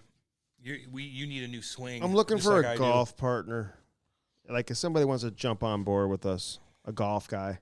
Yeah, it'd be nice. Take people's golf game to the next level. Dude, I'll come out there. You'll go to another course? No, I'll go to their training sessions, though. And I go to St. Albans training sessions, too. I like them both. But I'll start doing that. When we play golf with those guys, maybe we'll sign up for like a training session like an hour before or something. Yeah, Andy, I'll take care of all that for you. Yeah, just take care. All good. I need cigars, What else you want? Cigars. Jeez Louise. Cost me out the ass. Cigars and Bloody Marys. They got good Bloody Marys, man. Damn. Just nice, dude. It was packed in the backyard. Mm-hmm. Everybody was cruising. 800-279-7878. That is the number, Cam, for where? Hair Club. Hair Club and hairclub.com. I got my surgery coming up in May 5th. Oh, really? Are you going to be out for a while? No, it'll be one day, dude. Oh, really? That's Friday. That quick a recovery? Yep. You know, it's for men and women, brother. I know. No, big time. Like, make sure you let people know that. I just did. Like, that's for the women, too. Women can do it, too. Can they take the pill? I believe so. That's a good question. Because the beard part of it, I'm confused about. No. Yeah, like it's not that big of a deal. Actually, the doctor takes it. He showed me. Oh, the doctor takes it. Yeah, he's awesome. He not only is a employee, he's a customer. He's like, no, I might as well. He's got thick ass hair. Really? Every time I see him, like, God dang, boy. I'm like, let me look at that. Oh, so he just takes it just to get yes. Well, I'd like one of those. I know, that's what I'm saying. Yeah, hook me up with some of the. Man. Make sure it's the right thing. I'd rather hook up, like, the real. Dude, your beard would be patchy as fuck, probably. That's okay. No, it's all good. I don't need the beard. That's one for the flow up top. Yeah, that'd be good for TV, too, man. Yeah, so can you do me a favor and get me some of those? Maybe. Okay. I'm going to give myself some first. I understand that, but, like, if you don't mind giving me a couple. You know, they want me to do it. Once a day? They're not worried about you. Once a day? They're looking at me. They're like, we need you. Once a day? Yeah. Yep. All right. First Form at firstform.com, man. Nick was he was making a shake on a video yesterday, and he had a new flavor, dude, called root beer float. I mean, I just wanted to reach into that phone and just grab it. So I may have to order that now. Get that root beer float. That may be my next go-to for the recovery shakes, because you got to recover, Cam. You got to recover, dude. You absolutely do. And I took those, the dehydration. No, it's hydration. Hydration, because I was dehydrated. Cam's trying to dehydrate. No, you want to hydrate. Oh, God, that helped me so much. I had some bars today, by the way. What kind? Kate made me a little, she makes me a little lunch for the day, because I know it's a long day. What did she make you? I had some protein bars. I had some tuna, bunch of stuff. Mm-hmm. I've got some leftover. I'm staring at this protein stick. I've got some leftover barbecue, man. I love leftover barbecue. I do too. Yeah. I do too. I went to Super Smokers yesterday. Picked up some brisket. Oh, really? Did you make it yet? No, I just picked it up from Super Smokers. They take care of me. Oh. Man. Eureka bound, boy. Good old boys out in Eureka. Like you'll walk in and they just don't charge you? No, but they just take care of it. They'll give me free. Extra stuff. Dude, it's so expensive. Meat is to where I wouldn't want them to do that because their brisket, dude, it's like, they'll have it out for 3 hours and it's donezo. So they can't just give me stuff. So I'll take care of them, but they'll hook me up with a bunch of stuff. I'm thinking about... That's all for that, like, you don't... Dude, I'm thinking about joining a barbecue competition. Yeah, but you don't eat barbecue. I make it. And I do eat it. You don't eat, like, the meat version. But there's, like, you can make a lot of money, dude. And if I join one of these competitions, like, I'm so good at it. It's like, it's coming very natural. I don't know on my Traeger. Since I'm an ambassador. With my new apron they sent me. It's made out of like the rubber kind of material, kind of like the glove, you can clean it off very, very easily. First Form and firstform.com. Do you get the messages from the app that tell you, hey, it's time to like put your information in? And you know what? I've been struggling a little bit because of the vacay stuff. Today's a long, long day. Tomorrow I'm gonna get back at it at that power play. Oh, good. And but. That's a gym in town. And it's so funny, Nick from First Form. Remember I called him out last week? I didn't even like mean to chirp. But I'm like, you probably didn't jot it down when we're eating out. Yeah, you know? He's like, no, Cam. I listened to that. He's like, you damn right. He's cool about it. I know. He's like, no, you're right. So this shows like I'm disciplined and sometimes I fuck up. They're so disciplined. And he's like, no, I jotted back in. He showed me. I'm like, boom. Then he's like, I feel good now. So if he screws up, like, don't worry if you do. Like, I know it's tough sometimes. Like, it just creates discipline. Just keep doing it. Keep doing it. Use the app. The app is truly amazing. But so is the apparel. So are the bars. So are the energy. I wore all that everywhere I was throughout the weekend. People look at you, but like, damn. I wore he's First got Form the real stuff credibility. He is a First Form guy. Everywhere I was in Nashville, in Florida, today. There's a flavor in the bars. I think it's called peanut butter pie or something like that, man, which are incredible. Oh, man, I'm hungry, man. I know, it'll make you hungry. So check that out, firstform.com/Cam and Strick. Use that link for whatever you get. You got to use our link, firstform.com/Cam and Strick. Tag us in whatever you put out there in your social media. And get on there today, man. Check out, there's ways to kind of turn your life around, man, and get yourself back on track in a very, very easy way. Use their app, download their app, put it on your phone, and let the rest of it go to work for you. It's very, very simple. Damn right. Simplify your life. Right, Kim? Damn right, dude. Sparks and Sparks.com, man. Sparks are flying. They were flying in Chicago, Cam, when the kids were in the arcade. SPARX is how you spell it. No. What does that mean? Sparks. No, like they're sharpening no, skates in the Sparks arcade. were flying when the kids were in the arcade. I'm just saying. Okay. What the hell does that mean? Because you asked me. You were asking some personal questions. No, I'll tell you what, though. Some of the guys' skates were messed up down in Nashville. Oh, my God. They had a Sparks machine down there. And they just threw them on. Boom. Yoink, yoink, yoink, yoink. It's like, dude, like 3 minutes. Yep. You're in and out. Guys are turning on dimes, making backhand sauces. Be like, how do your edge work so good? Sparks. Sparks. Ain't no Seth hanging out there at the rink, I'll tell you that. Oh, God, that fucking Seth. Jesus. What did you do last night, boy? I went to bed at 9 o'clock. No, you didn't. No, you didn't. I'll look at your computer history and see what you did. Oh, God. Dude, I'll do look not at your computer, look at Seth. the Don't fuck with history. me. What's in that history? Nasty shit. Weird things. Ugh. He doesn't hang out with chicks. Like, he's just by himself all the time. I kind of feel bad for him. And he's sharpening your skates. He's sharpening your skates. Your kid's going 100 miles an hour. Don't worry, Seth has it. I'm just saying. Look at that history, boy. I can tell. Like, you see those Leos on the ice? Okay, you see a Leo? There's a couple Leos in Nashville. I know there were. You see those Leos? And you were one of them. No, there's a certain look that they have where they use like skate laces to like around their shin. Some of those pads guys are pretty and stuff good, like though. that. They can be. You could have a well-dressed Leo that goes out there and hooks everybody, or doesn't leave the neutral zone, and it has bad body language when he goes to the bench because somebody didn't give him a pass. Meanwhile, he hasn't left the neutral zone because he can't move. That could be a Leo too. You think a Leo and a Seth would hang out together? Like, would they? Well, they're buddies. Yeah, they're hanging out together, Just messing things up. Don't fuck with either one of those. They're playing two. Fortnite. Oh, God, yeah. Yelling at people. Drinking Mountain Dew. Yelling at girls on there. Drinking Mountain Dew, saying they have money. When they don't. I'm in a mansion. No, you're not. No, you're not. You're living in your parents' house. Has fake girlfriends that they send out. Online. That they pay for. They just have a fake girlfriend, and they'll take pictures of some hot chick and like, we're dating. We're going out. 1-900. We're going out. Some girl from Taiwan or something. Oh, my God.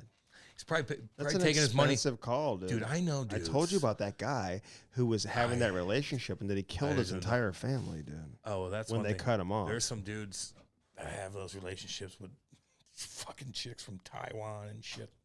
How do you have a relationship? Because you have a weird thing. You're not happy at home, and you're kind of desperate, and you're in a weird spot in your life where you can't go out and just wheel chicks. So this girl gives you comfort, although it's probably not a girl. No, it's fake. Oh, you're saying you don't know who you're talking to? God, yeah. Are you out of your mind? Wow. Yeah. And then I didn't think of that. I didn't think of that. Even if it's not a real person, it still gives you comfort. And you deny, even if your buddies are like, hey, calm down on that, dude. Like, that's where you're spending. You got kids. You're fucking paying this who knows what the fuck. And you don't know her. And she's not coming to see you. And there's no love. So. I know. Can I ask you this? It's like it could be anybody. Like Seth's parents, what are they thinking? Well, they don't give him love. Oh, is that what it is? Or they're too strict on him. Or... They've given up. Or he's just rebelled, They've given up, and he just doesn't, he has no way of, I think, he's got no vision. He's got no confidence. He's got nothing.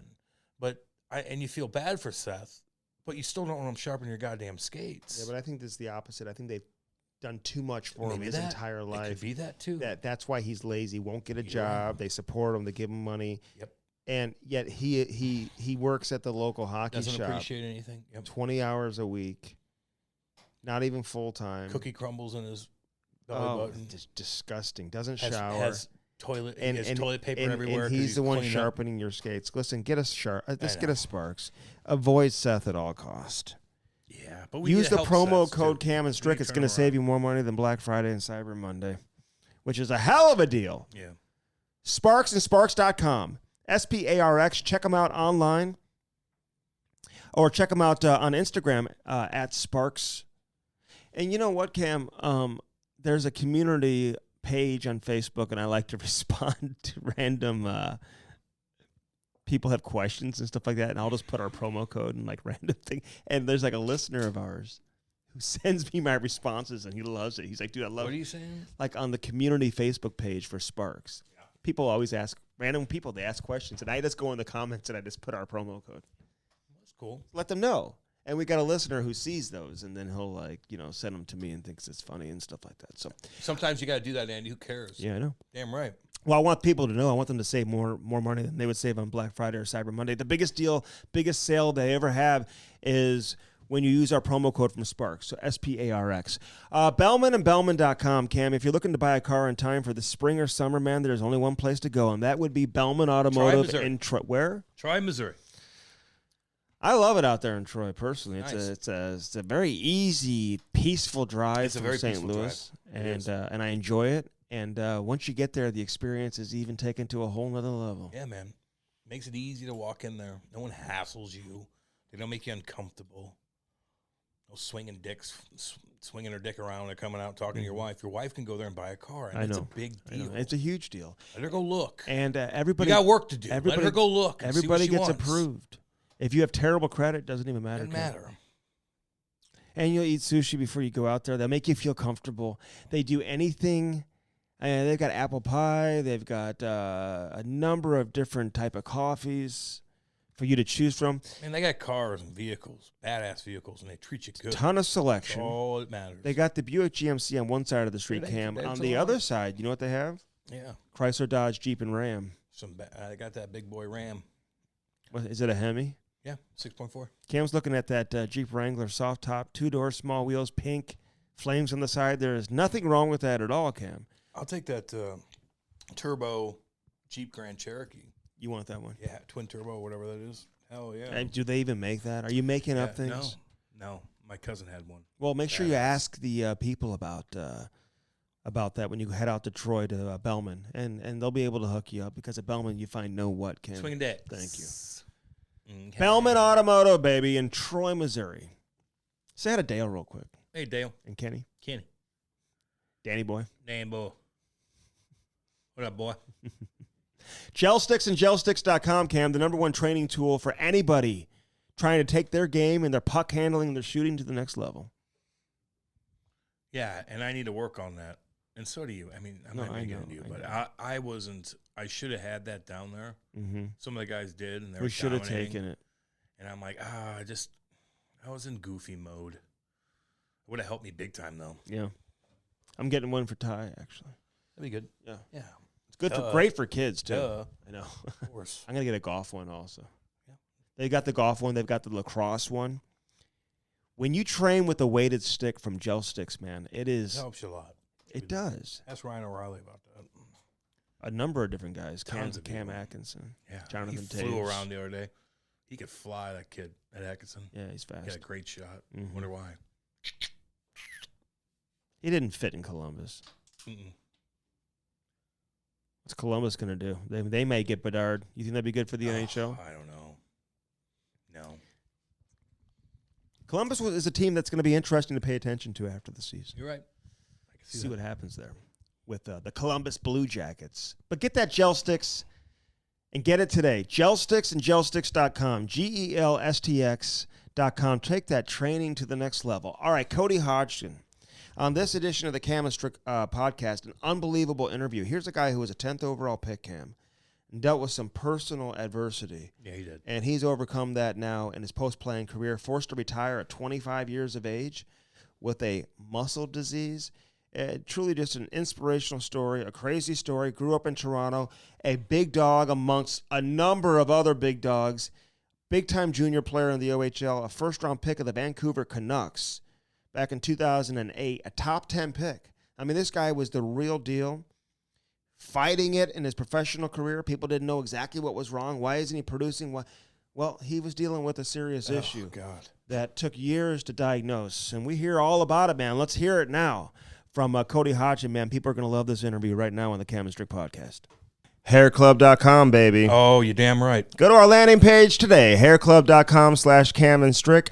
Regrow, restore, and replace that hair. Don't wait. Now to the interview. Hello. Cody. Cody. Hey, boys. How's it going? What up, dude? What are you doing today? Not too much. I had a pretty late weekend, so just taking it easy today. Oh yeah. What were you doing all weekend? I just went out with some friends. Oh, there you go. Some buddies. I moved back to Toronto, so I'm just trying to see everybody and get back into routine. Helped some kids play hockey, the 11-year-olds, junior Canadians, and I'm just basically helping out, being around the bench. I grew up playing and training with Brian Cameron. He's the head coach. He was a third-round draft pick to the Kings, scored 50 goals a bunch of times in the O. Had some shoulder issues, but yeah, he's a really smart guy, so I enjoy coaching with him. Nice. Is he related to Dave Cameron? No, he's not. Or Mike Cameron? No, I had David World Juniors though. He was great. So, like, you're back in Toronto. Does everybody want a piece of you? Be like, oh, Cody's back? Like, where were you living before? Like, did you settle down in Nashville? Like, where are you coming from? Yeah, I finished in Nashville. So my last year was 2015-16 with them, and then stuck around. My sister was at school there. I had a bunch of friends already. Just randomly lived down there. One of my good friends that I went to second grade with in Markham, which is where I grew up, he settled in Nashville as well. So kind of already had a bunch of social friends, and it was a good tax rate. So man, I just spent a lot of money in Nashville, Cody, as you know. Like, we just saw him, Cody, down there, by the way.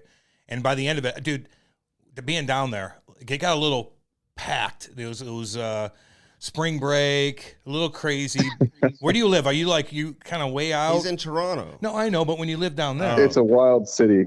I lived in the Gulch. I still have a place there, so I can go back and forth. And I still actually oversee the youth development for the Predators. Make sure that all the kids learning to play hockey in the state of Tennessee and the surrounding states, they get free gear. They get NHL alumni coaching. Yeah, they can basically turn around and they got $400 worth of gear, and they pay I think it's $100 for the program, $150 now.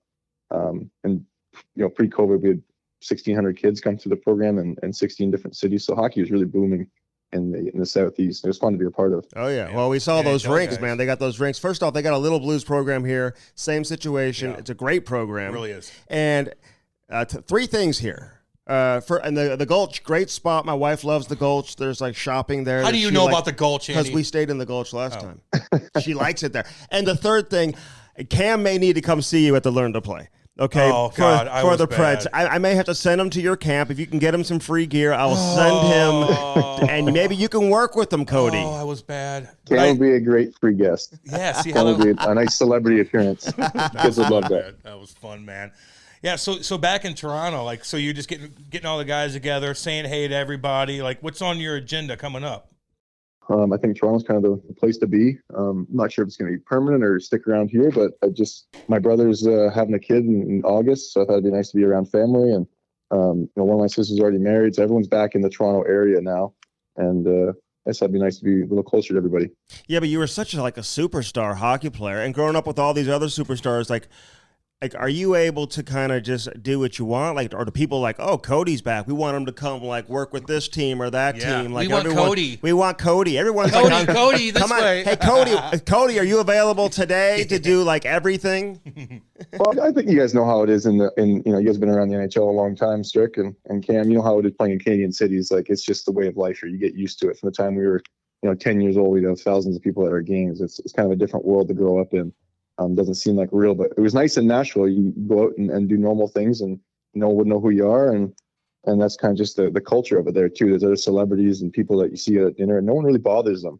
I find just it's just the way you grow up in Canada. People want pictures and all, and there's nothing wrong with that. It's the way it is here. That's you're in the hockey hotbed of the world, and that's what comes with it. So yeah. I think the guys that play here, you either love it or you hate it, but it's just the way it is. They love hockey and maple syrup, baby. Yeah, and poutine. And poutine. Hey, Poutine's listen, nasty. Yeah. For the record, I didn't have thousands of people at my 10-year-old hockey games, just so you know. I mean, the AAA games get some fans here and there. Not thousands. No, I know, but like a big tournament. Oh, yeah. Okay. But, they're coming to watch these guys in Canada because they all knew that they were did they know you guys were different back then? Were they like, well, we got to watch this John Tavares and Alex Pietrangelo and Stamkos and Cody Hodgson? See what they're all about? Yeah, we had kids from other schools that weren't even playing hockey that their parents wanted to come watch us play. Of course they did. And the girls did too. The girls did too, didn't they? Didn't they? Well, I don't know when you're 11 or 12. Maybe when you got 15, 16. But it was it's like football in Texas, right? It's kind of the comparable for Tennessee, college football type of atmosphere where the kids they all want to be professional hockey players, and that's kind of the dream.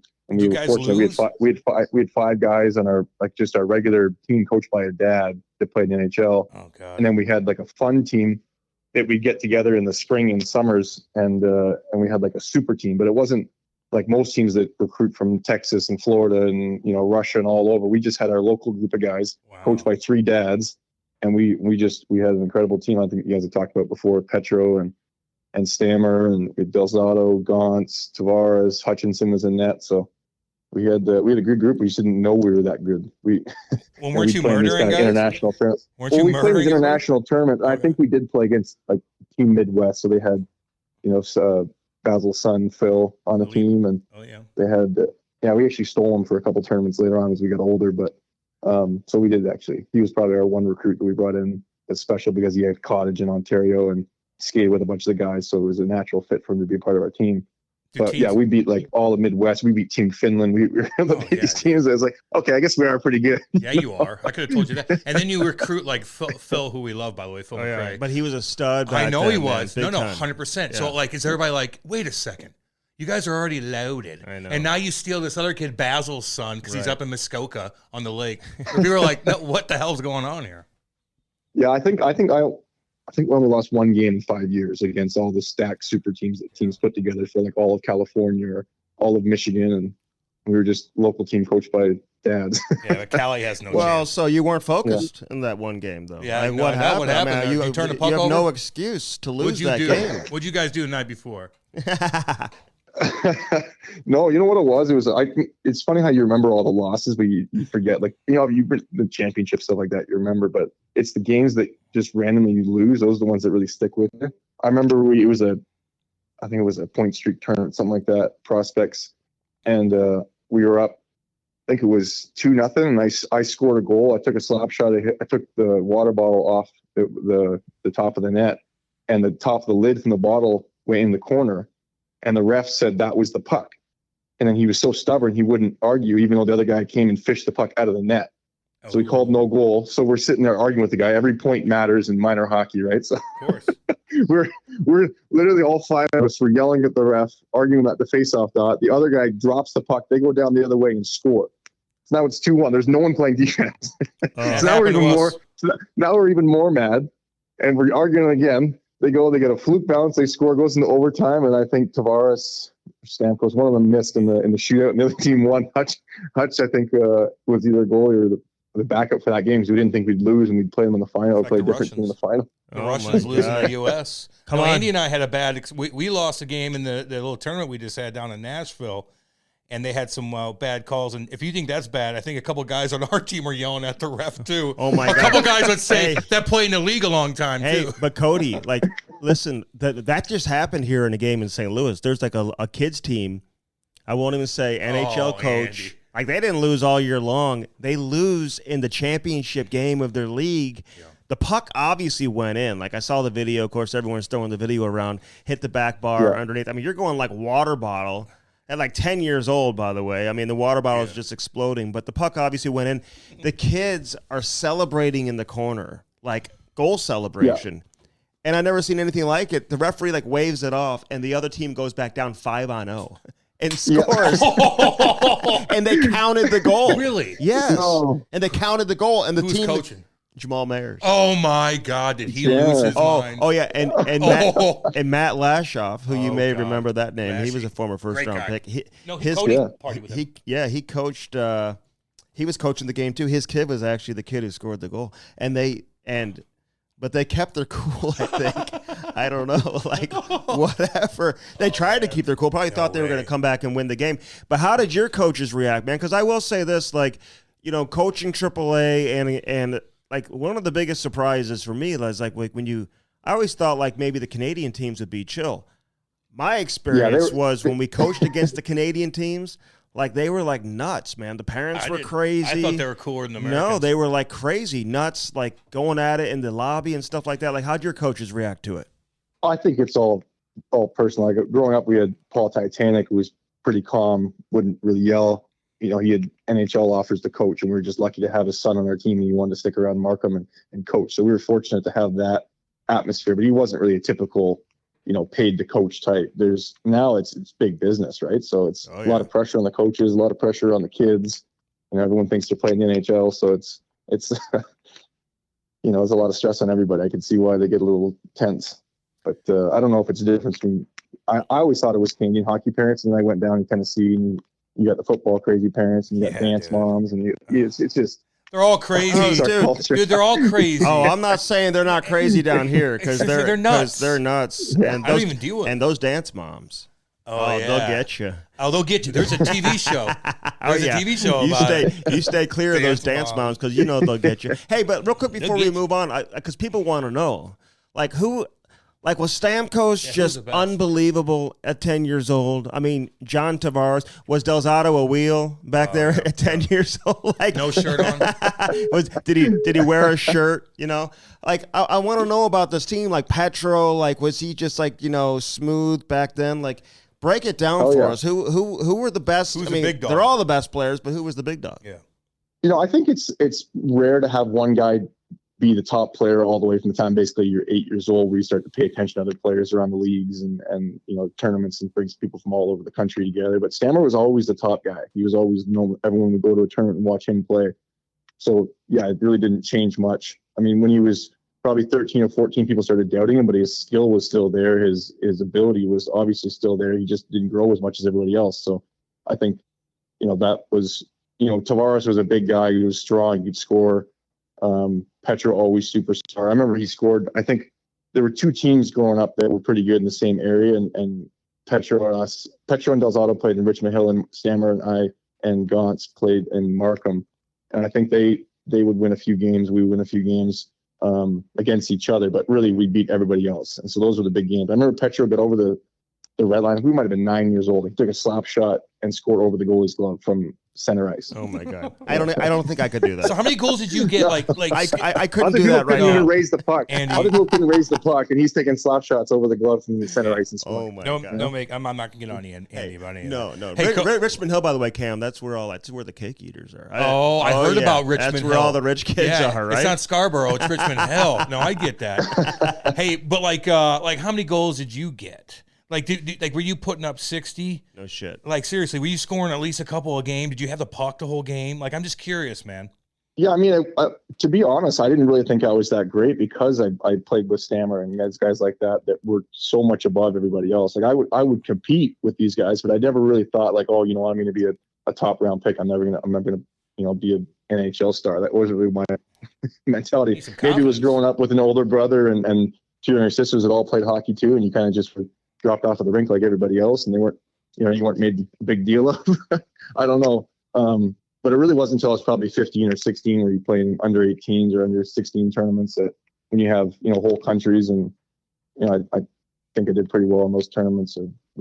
Team captain of the under 18s, we won gold. You were a fucking star. Come on, Cody. Stop being humble. Pump your tires. Don't come on here being humble. Jeez Louise, dude. I don't think I was good enough to be that humble, to be honest. I would tell you, but I grew up with so many good players around. Even when we played year up, we had that 89 Marlies team that had 6 guys that played in the NHL. So it wasn't like something that was out of the blue. I grew up, when I first started, my family's from Halliburton, so there's a few guys that all from, if anyone followed the history of hockey, that kind of stuff. There was a camp there that was pretty famous. They had Gretzky and a whole bunch of the superstars from the 80s that came in and went to the camp. So when I said I was from Halliburton around NHL guys, especially these alumni events, everyone knows this small town of 1,500 people, but they produce 5 or 6 NHL players. Matt Duchene's from there.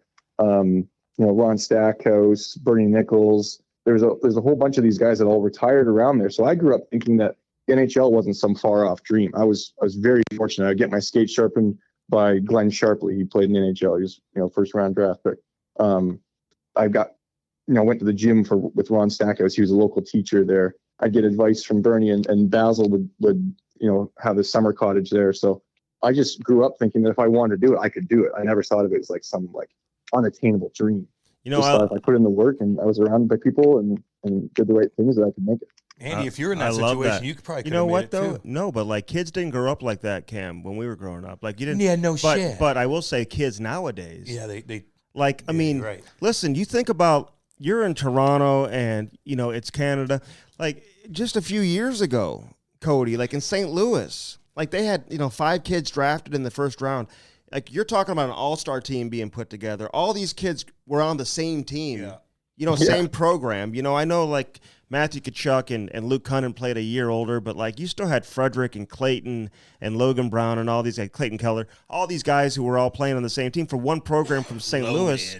And when you're growing up though, and you see Al McInnes and Keith Tkachuk and Jeff Brown and Rob Brown, all these guys at the rink all the time, I truly believe that even for kids here in St. Louis now, and seeing all these other kids make it, that the reality of making it to the NHL, it's not just a far-fetched dream. I think a lot of kids believe that they can make it now. Yeah, it's a huge benefit. That's when we do these NHL meetings and for the Learn to Play programs. That's one of the things we talked about. Why there was such little pockets of a really good team in Dallas. We talked about the St. Louis team. We have a group in California, and one of the common things is that NHL guys, when they're done, they stuck around. They coached. Claude Denis down in Phoenix. Like you wonder how these guys can come with these random pockets, and then now I see why Al is coaching. McInnes is coaching. Like, what kind of a valuable experience these guys are going to get that just being surrounded by that type of atmosphere all the time. And I think it's a testament to the alumni to stick around and really pour into the kids. It's nice of them to do that. And it's not even just the guys that have kids there. It's the ones that just want to help out and be part of the community. And it's valuable to have that knowledge. The game, you guys know it. The game's so fast, but the way you think the game now, it's not just about your athletic ability. You got to be able to move and keep up. But there's so many things. It's the little things that you learn that make a big difference. And so I think the NHL guys, the alumni, can help with that. Yeah, they do, man. They're everywhere. Like every rink you're at, somebody's going to be there that's done something. When Andy and I grew up, like we didn't know Andy. I mean, God, we're living out. I'm way out in the woods. playing roller hockey in the basement, just looking at the Blues. You go to like a Blake Dunlop hockey school. I go to a hockey school here and there. Hey, let me ask you about juniors. Let me ask you. Can I ask one more player before we move on from the kids? Like Matt Duchene, like weren't you super tight with him growing up too? Like, did you play with him as a kid, or like when did you guys become buddies? We started hockey together when probably 4 and 5 years old in Halliburton for the Huskies. God. It was just like the local small town team. And then I moved to the city, but in the summers I still would skate. So we'd rent ice and we'd, go to the gym. Like I talked about with Ron Stackhouse there, and then we'd work out, and then I'd bike to his house and I'd shoot pucks, and then I'd bike back to my cottage. That was kind of my summer routine. I built that in, and then we played junior together as well from 16 to 19. Was he playing guitar at like 9 years old, dominating, doing country songs, and then going top shelf like Matt Lashoff was bar down? I know. His family's very musical. His dad was a musician as well. Of course, he was. That's how it works, Andy. That's how it works. Hey, how was playing? Like with my experience in EO, and I know a lot's changed, and you're younger than I am, but like playing in Brampton was like honestly like I'm like, oh, Brampton, yay. Not much going on. The crowd wasn't there. Like, how was your experience? I don't mean to be like that because they're gonna get pissed at me. They're gonna get mad. There for 3 weeks. Is it like one of the better places? Was it different when you played? Oh God. Well, they had to move to North Bay, right, to be more economically, sound. So I think it wasn't a surprise to see there wasn't many fans there. That's not a stretch to say that. I actually loved playing there, though. I mean, people, talk badly about it, but. The Sunday afternoons was really easy for my family to get there. I could live 20 minutes away, so I didn't have to go billet somewhere or go to a different high school. So it was really a nice program for me personally. And you got every scout in the world comes to those games because it's easy right beside the airport. You're right. So there's a lot of if you loved hockey, that is a great spot to play. If you want to play in the center of the universe and you played in Guelph and you went to Mem Cup, that's wild, right? We didn't get anywhere near that kind of experience. Like the kids in high school didn't know who you were. But you play in London or something like that. That's a big deal, man. Right? You're a stud. Windsor. You get something small like Windsor. Yeah, exactly. Yeah, that's like the experience, though. Like you want to Kitchener too. Kitchener, London, Windsor, Guelph. Like they're on you. It's a smaller town. Like everybody knows you in the paper. Like you're a thing there. Mm-hmm. And if you come from nothing, and you go there. You're like, wow, this is a wild. Yeah, but you ride. liked it there, Cody, because you were fucking putting up 90 points. You're the captain of the team. Like you're. It's like listen. The fans don't care. I remember going there I was covering the Mike Danton case because he had just gotten arrested, allegedly hired someone to try to kill his agent. Yeah. And he served time and all that, but he was from Brampton, so his entire family was. So they sent me. They're like, you get to go to Canada. I was so excited. I was like, yeah, this is Canada. And you thinking it was like Banff or something. I know, but man, I did go to some games there and hit a bunch of OHL rinks. So hey, as long as you're in the OHL, especially if you're a superstar like you, man, it's got to be a great experience. No doubt about it. Yeah, I saw it as there's not a lot of external things, right? That wasn't the reason I wanted to play there. I wanted to play because I thought it was a good program. It was coached by a good coach. I had some really good teammates around me, and it was close to home. So it worked out really well for me personally. If I wanted to have that, feel like a superstar, I just never got it. Yeah, I know. Yeah. Hey, when did you know, though? I mean, you're around all these other kids, and then you get to junior, and you're dominating, and it's getting close to your draft year. Did you start to just kind of start bringing that swagger to the rink and being like, I'm world junior, not cockiness, but knowing that you're going to be able to make a living playing hockey? Yeah, I think before the draft, we went over. We lost in the first round of the playoffs. I remember a lot of the NHL teams in the combines and stuff asking me about those. I did well personally. It was tough. I think I scored 5 goals in the 4 games that we were eliminated. Their team was just better than us. They had Brian Little, a really good goaltender, really good coaching, and I was just thinking that was the best I could do. And the scouts all saw that. Right, they didn't look for excuses or anything like that, but I did really well personally, which was tough, when the team loses. And then I went to the under 18s, and Pat Quinn was the coach, and he named me captain. He put me on every 5-on-3 power play, every 3-on-5 penalty kill against, and we ended up winning the tournament. And it was a lot of success, and that's kind of what helped me. The following year, when I didn't play in Vancouver, I went back and played in the World Juniors. Pat was already familiar with me, so he knew that he could trust me in situations, and we ended up doing well in that tournament as well. So. But it wasn't really the World Juniors that I knew I could play. I think it was the under 18s when I was still playing against the top players in the world and doing well that just wasn't in the NHL yet. So I had confidence going in basically from the World Juniors, but it started before that.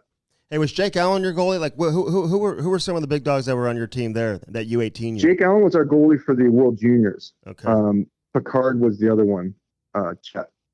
Yeah, no, I remember who you're talking about. I mean, we had, like, our fourth line was, like, Jamie Benn.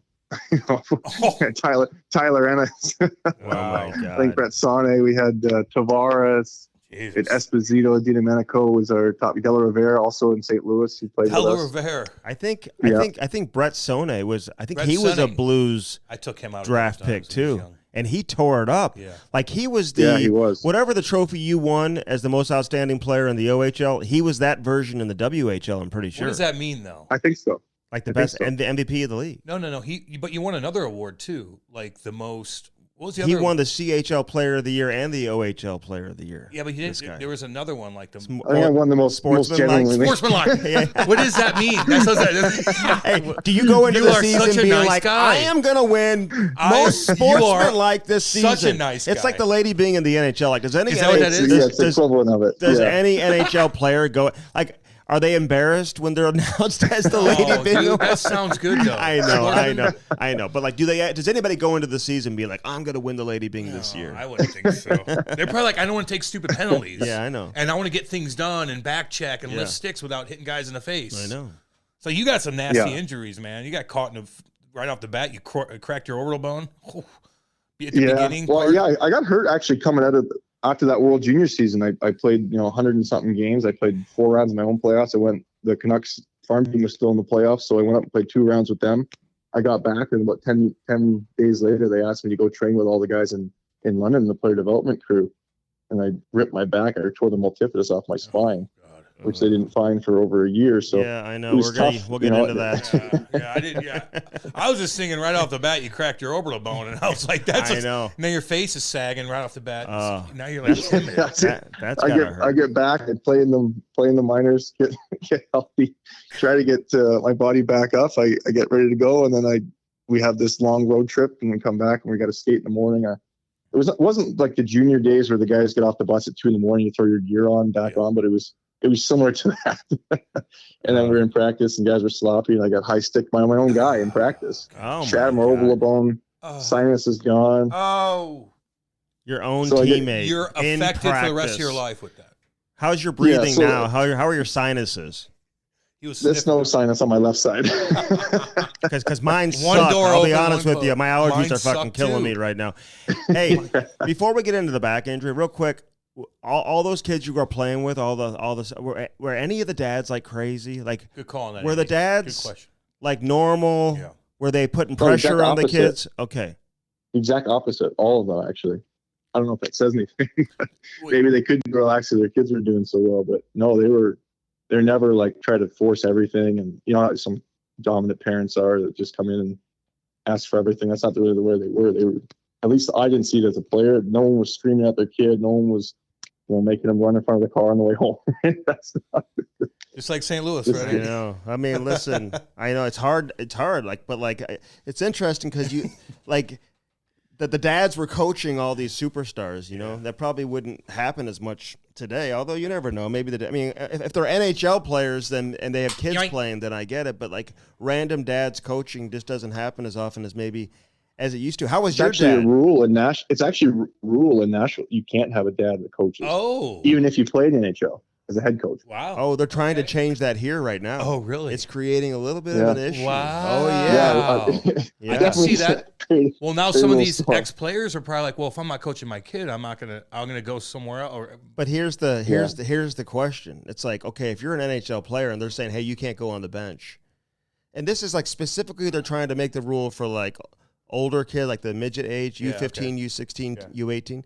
But it's like, okay, well, what's the alternative? What are the options? Like, are they comfortable with whoever is the actual head coach then if you're not going to have a guy who played, 700-800 games on the bench? You know what I mean? So, like, it's a slippery slope, man, because for years and years and years, we've seen a lot of former NHLers here in St. Louis who have been on the bench coaching their kids. And successful. And now trying to change that rule, man. I mean, that is going to be an adjustment. So you're saying in Nashville, that's the way it is right now. But, I mean, and now they're just starting to have a bunch of of NHLers, former are, NHLers who are moving there, but do a lot of them have kids that are old enough to be playing? Like, what's... Yeah, it's definitely an issue. I mean, I think they started another organization because of it that allow them to. It's just if it's in Toronto or something, it's different. You got choices, but I don't know how many AAA 15-year-old teams you have in St. Louis, right? There's not a whole lot of choice, So if you're not happy with the coach, what do you do? If you can't coach, it's a tough situation, right? Oh yeah, they couldn't do it in Toronto. That's why. Listen, that's why all these kids come into the league entitled, because all the coaches kiss their ass, because if they coach them hard, they'll just leave and go to another program. Like here in St. Louis, there's no other options unless they want to leave town, Yeah. That's true. Yeah, there's definitely some truth to that for sure. Man. So Ryan Smith, he started his own program. He's like, fuck that. Hey, you're not going to let me coach my own kid. Then I'll just start. Didn't he start it with like Lubos, and who else started that program? Yeah, E-Rat's there too. There's a few. Yeah, there's Martin E-Rat. Yeah, that's they're legitimate programs. They're just want to be able to coach their kids. I understand it.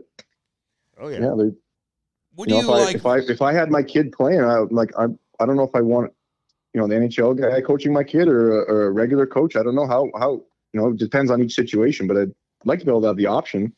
What do you like to do though? Like, what would your best job be? Like, what would you want to do if you could have any kind of job? Would you want to work in like the hierarchy of an NHL team? You want to own a junior team, something like that? Like, what would you want to do? Yeah, I think that's kind of what I'm gearing towards now. Is I've lived in Nashville, I've had a good run there, but I'd like to get into the higher ranks of it. I'd like to get involved in the OHL. I had a really good experience there. Some really good lifetime friends that I've made over the years, and I'd like to be able to provide a good experience for the kids now coming up. I love it. I love it. The O would be fun to work So, like, hey, all you guys, David Branch, everybody, listen to this now. Hire this guy. He won the sportsmanship award. Well, he's got it all. I know. Basically, I mean, you look at your resume. All right, listen. You mentioned your back. You mentioned your back injury because you're the 10th overall pick for Vancouver, and they're diagnosing your injury as a bulging disc, right? And so you're getting treatment for a bulging disc, but they're misdiagnosing you, and that treatment is actually making the actual injury even worse with the actual treatment. So, like, how much pain were you dealing with? How much did this affect your game? And finally, how did you have the wherewithal to be like, I'm going to go get another opinion and go to the Cleveland Clinic, I think is where you went. And how were they able to truly diagnose what the actual problem was? Yeah, I think it's just about knowledge. Like they didn't know what was going on, so I can't really blame the doctors there. If they knew it and they treated it wrong, it's different, right? But they didn't see it. They saw me, most of the injury had gone. They thought the bulge had gone away, so they're like, this guy's, I think coach said he's making it up. It's in his head, so I can't really fault the doctors. But I knew something was wrong. I couldn't move. I couldn't twist. Like the muscles that were in charge of that were all. They were still torn. So I had a 6 centimeter by 3 centimeter hole in the middle of my back that I couldn't move with. So just had all these, it makes sense knowing later what happens, that my muscles tore because of a muscle disorder. But at the time I had no idea what was going on. So I just tried to see as many doctors as possible and finally figured it out. So it took me over a year though. I couldn't do anything. I was in a basement trying to do these, try to push the disc back in, but it was actually trying to, was still firing that multifidus muscle. So I was just carrying the muscle every morning. I'd get up every day, 7 a.m. and do a rehab for an hour. I'd go to the ring, see the trainer, do stretches for my hamstring, try to loosen that up. And everything just kept tearing even more. So it's just a lot of pain for a lot of times. And I had sciatica down my leg. And it was just, it wasn't a good period. Just like an electricity that when your nerve gets impinged, because everything's tightened up to try to protect that muscle, everything else is tight. So it puts pressure on your nerve and it sends this snap of electricity down your leg. So it just buckle you. And I was trying to play with it. I still played the last couple of games as junior with that pain. So I'd turn a certain way and it would snap and my leg would give out. So it was a lot of pain for a long time, but luckily I was able to work with Gary Roberts and he got me some of the best trainers in the world. Worked with Mark Lindsay for a while, for a whole summer. Sports, I had no idea who these guys were, but they work with the best athletes in the world. And I really couldn't afford it. Even with my signing bonus, these guys are $3,000, $4,000, $5,000 a day. What was your bonus? Had them. They were just, I think it was like $80,000 as a signing bonus. Yeah, back then, dude. It's only $92,000 now, man. I mean, it's not. You missed out on the boat. Cam goes back to when guys were getting $1 million for signing bonuses, and you would have gotten that as a 10th overall pick too. But listen, so they're sending you back to junior, and Alain Vigneault, he's the head coach of the Vancouver Canucks, and he comes out publicly basically saying that you're using your injury as an excuse for being sent back down, and you're going to get another opinion basically because, like, when he says that and something's not right, and he's basically calling you out for not being hurt when you're hurt, like, how did you handle that internally as like a young guy just trying to find your way into the National Hockey League? You can't really say anything, but when you hear those comments, like, what was your reaction? Yeah, I mean, I couldn't say anything. I was, still trying to make the NHL. I still had to play for him as a coach if I did make it, right? So there's nothing I could say even to defend myself. I think Gary Roberts said something publicly in the press because he saw what I was dealing with every day, working with the trainers. He saw the actual scans, saw the tears, saw the the issues that I was actually having to face. So he was with me the whole way. I think he had some words for the GM and the coach, but I couldn't say anything as an 18-year-old. Gary, how many years in the NHL veteran, that guy? No, he was awesome. And he had back injuries too. Yeah. And Gary doesn't give a shit, man. He's been on with us. No, awesome. And exactly. He had that neck and back situation going on, man. It was very emotional for him when he talked about it when he came on with us. Remember that, Cam? No, I do. So I'm glad he had your back, man. And he went to the media, especially in Vancouver, dude. They're probably all piling on you. Yeah.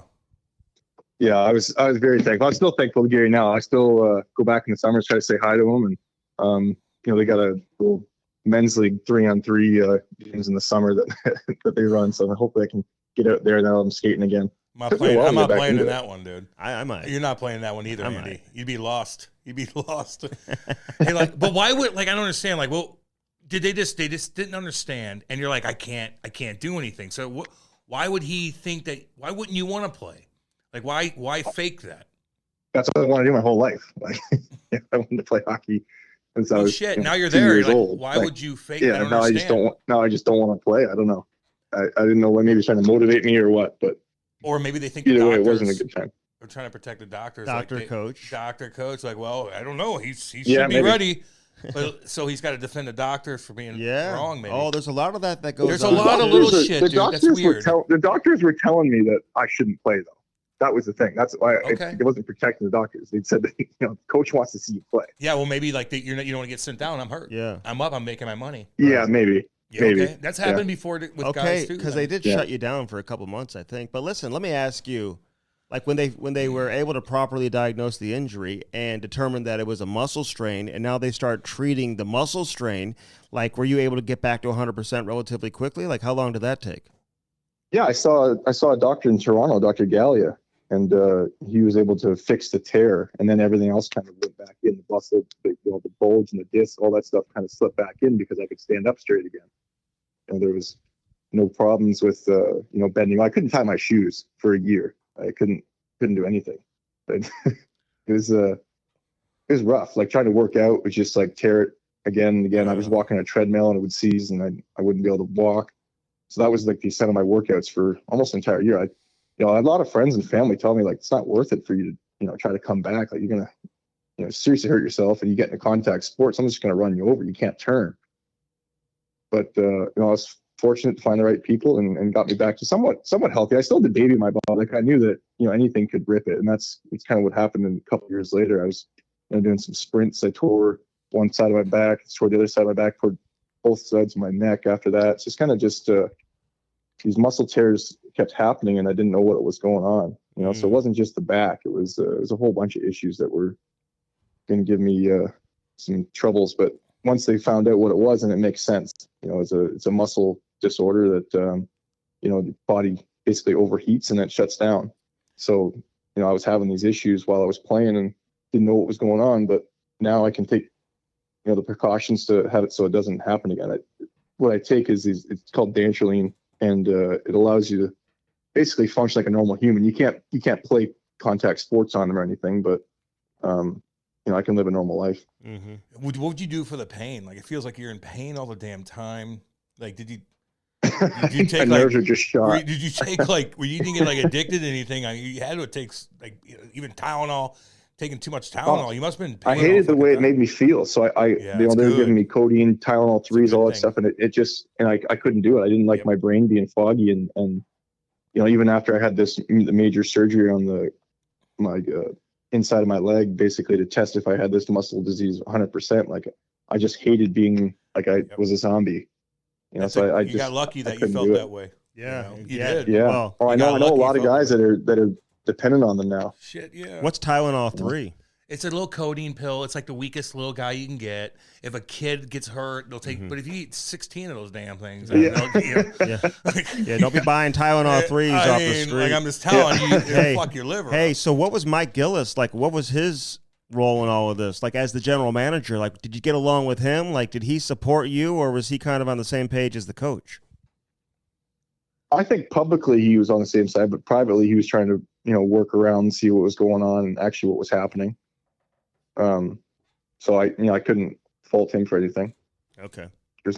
Yeah. They ever like check, do they check in on you? Like when you, like we'll get into your muscle condition, but like when that's diagnosed and everything, like does Elaine Vigneault, or when they find out that it's a muscle strain and not a bulging disc and that you're not like faking an injury because you got sent down, do they ever, do they call you and be like, listen, Cody, I'm sorry I said that. I should not have said that. Hell no, Andy.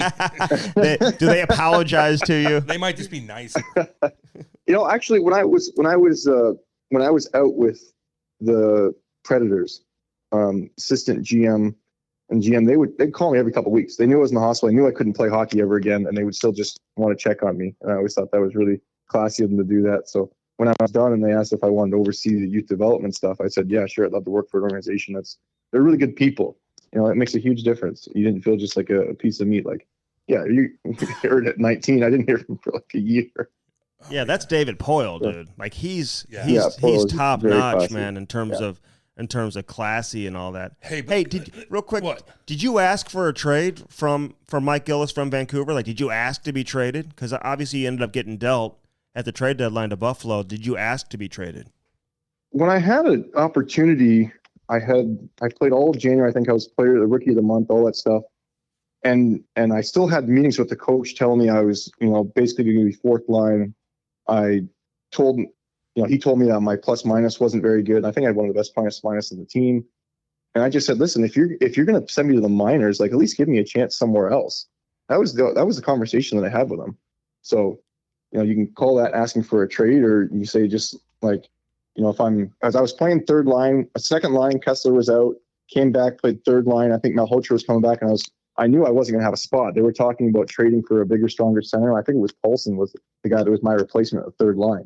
So I can kind of see the writing on the wall that I wasn't going to play. Because I wasn't going to play fourth line with Manny Malhotra. He's one of the best, face-off guys in the league, one of the best overall defensive forwards. So that wasn't my role. And if they're talking about getting a bigger, stronger third line center, and I'm getting talked to regularly about plus minus and that type of thing with the coach. So I just said, hey, listen, if you guys don't like me here, like if I'm going to be sent to the minors again, because that was a real possibility. Like I'm not just saying that because I was, one of the top point guys. Like that, I just felt like I wasn't going to play if they actually got this third line center, which they picked up Paulson. So I was like, oh shit, I didn't think I was going to be traded because it was after the deadline. I was walking back with Tanev.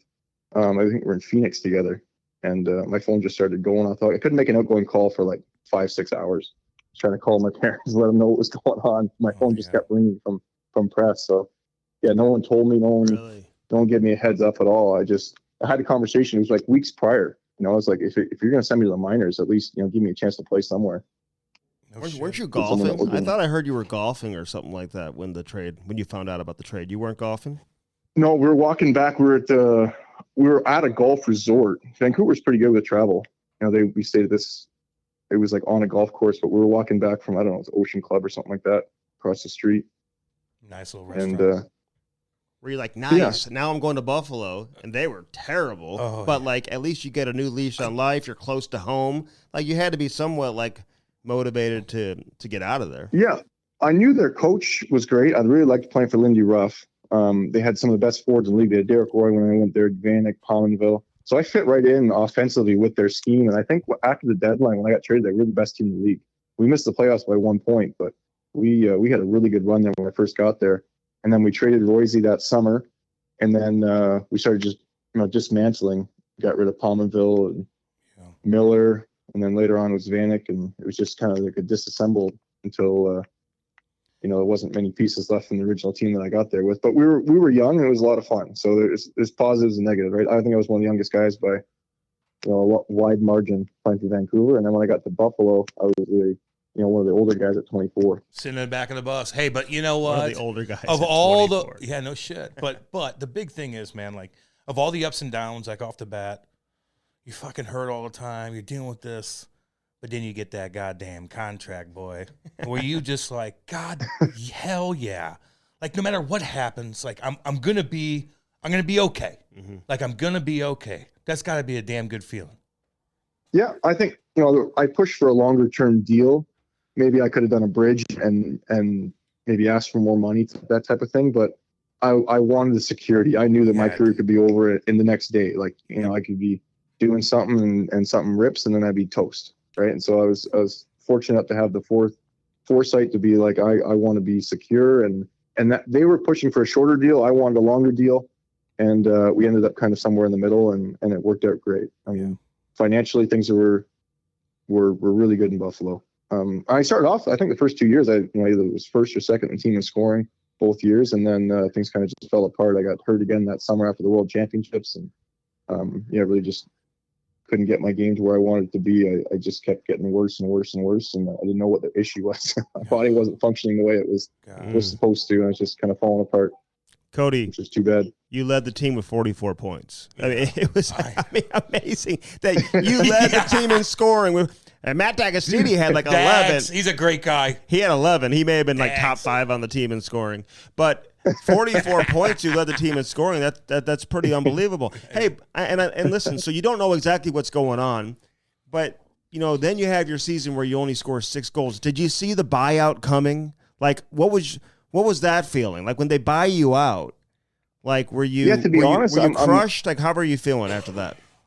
No, I mean it's professional sports, right? Like you're not just given anything.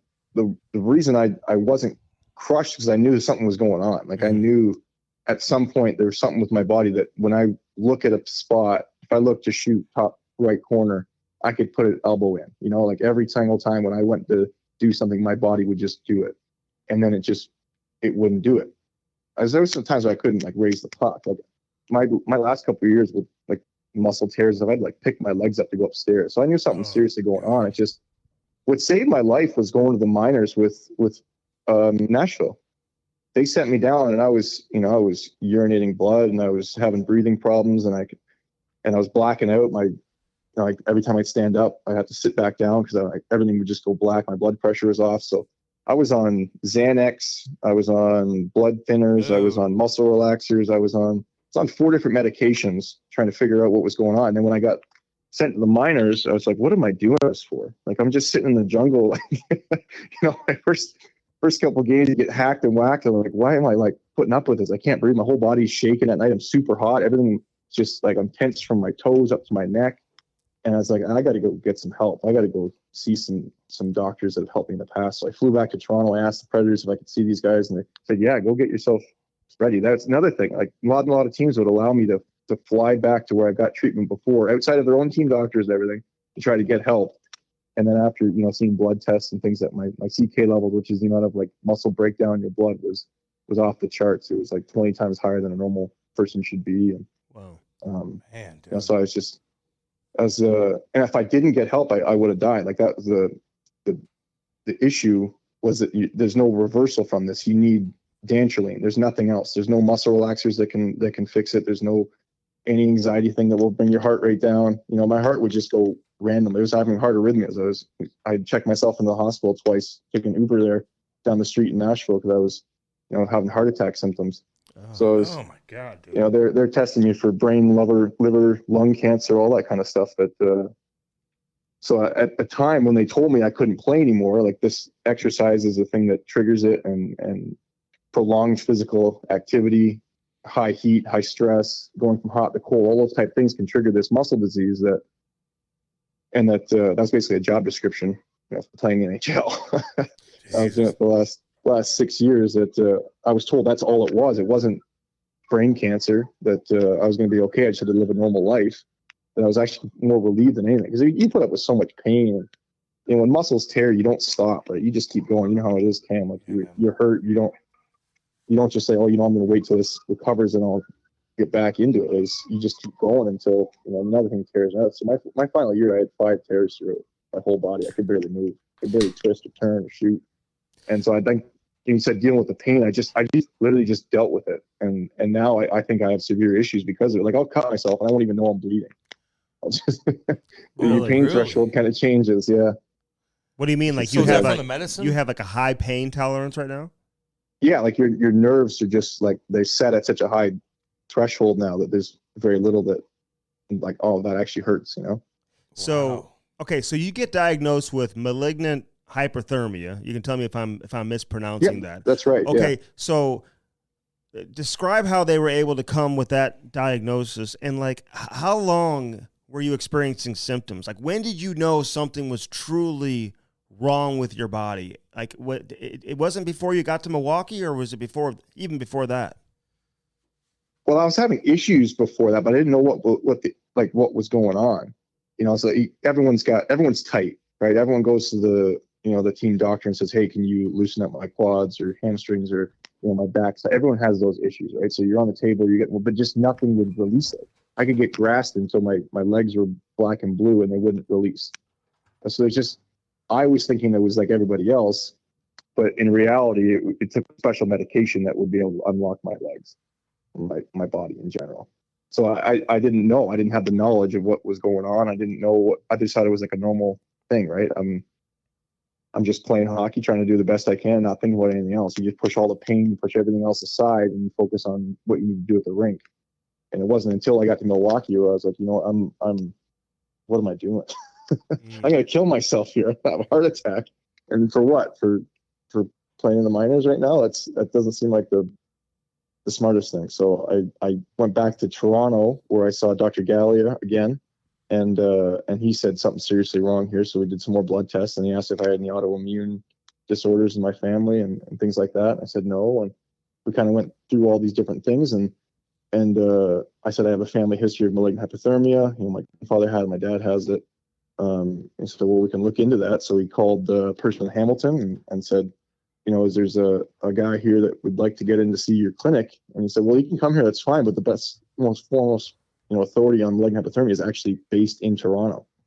So I called the Preds and I said, hey, can I have permission to go stay in Toronto and go see if this is what the issue is? And they said, yeah, no problem. We'll get the hotel and everything. And I said, no, I'm actually from Toronto. So I'm going to stay with my parents and I'll just go in and check myself into the hospital and see what it was. And the procedure is they take a 6-inch, basically piece of steak from the inside of your thigh.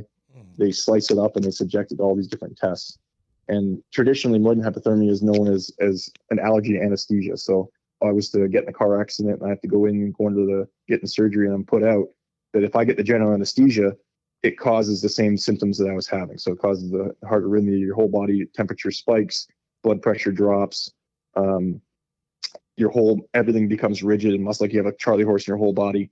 But that was kind of what it's traditionally known as for the last 30 years. But the newer research has shown that other things can trigger it, which is, like I said about earlier, basically my job description of prolonged physical activity and going from hot to cold, and intense environments. So that was what the doctor told me. They have like this generic piece of paper that basically says to avoid contact sports and basically my job description. So I knew my hockey career was over. They said you can try to play, but you'll most likely die if it comes back again. So wow. So it wasn't really a choice. So did you say your dad and your grandfather, did they have it too? Yeah, they had it. They just didn't experience the same symptoms. It's a unique soft tissue muscle disorder. So it affects everything with your muscles, including your heart, all the skeletal muscle, even affected my lungs because my blood pressure would drop and I wasn't getting oxygen to my lungs. So I was trying to suck in and my lungs weren't working properly.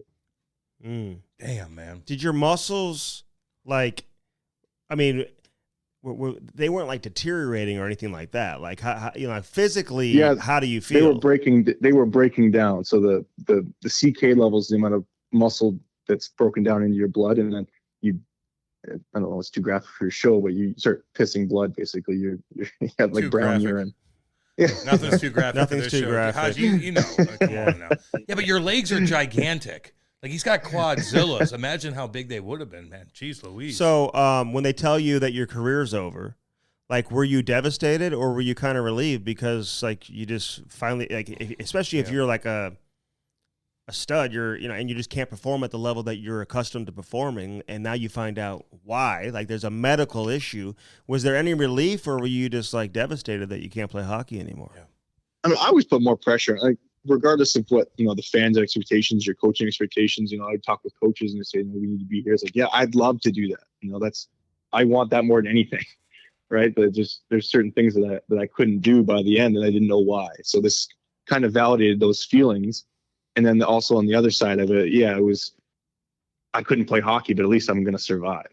Like when they're doing tests for lung cancer and brain and liver cancer and stuff, that kind of puts perspective on things. Like you don't really think about hockey in those moments. Yeah.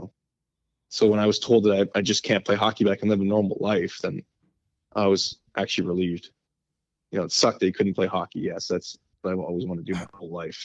I was done, basically right before my 26th birthday. So it was tough to have to retire at 26, but in the grand scheme of things, at least I could do what, other people in my family were able to do and general population. At least I got to play. Every kid growing up, like we talked about, wants to play in the NHL. I got to play 6 seasons, 6 years in the National Hockey League. And no doubt.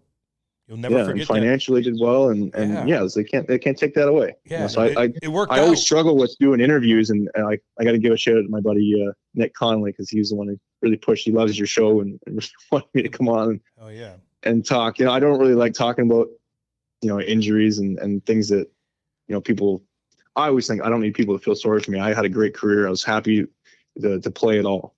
If I was told at 6 years old, I had this thing that I couldn't play contact sports, and I never would have been able to play. So I was very fortunate. Yeah, I got to play even despite this. So there's nothing that I can really complain about. People love to hear this kind of stuff. Well, you got a great perspective, too. Yeah, like they're very interested, man, and people need to know about it. It's very interesting. But yeah, like God, now I kind of forgot what I was going to say to you. I kind of got a little emotional. So there. all these, all those big dogs that you grew up playing with, did, have people reached out to you right away? Are you guys still tight? Has everyone been there for you? Like, who's really been by your side? Give me a guy that you play with that really has been by your side throughout everything that you remain close with today. I still try to keep in contact with the guys that I went to the gym with. So, the Tanner brothers are there, Gaunts. So I still check in with those guys. Stamkos is there. But during the season, you don't really get a chance to see guys. I know how it is when you travel. But the guys that I formed the strongest bond with were the guys in Buffalo. So, Foligno, Ennis, Tyler Myers. We did a charity event in Vancouver. I wanted to see Mizey out there and try to make it a point to text these guys every so often and just check in with them outside of hockey. Because it's you guys. You're around, it becomes a job, but the guys that are in the dressing room with you become your family. Those are the guys that you're still friends with over the years. Nathan Gerby is another one. We got to share bonds with him growing up. We were just kids in those systems, but over the years you bond some special friendships. Yeah, man. At least you can go out now to these tournaments, and go bar down any shift you want to. It's still a pretty good feeling. Well, I actually didn't touch my gear for almost 4.5 years. Like I kept it in the closet. Shit.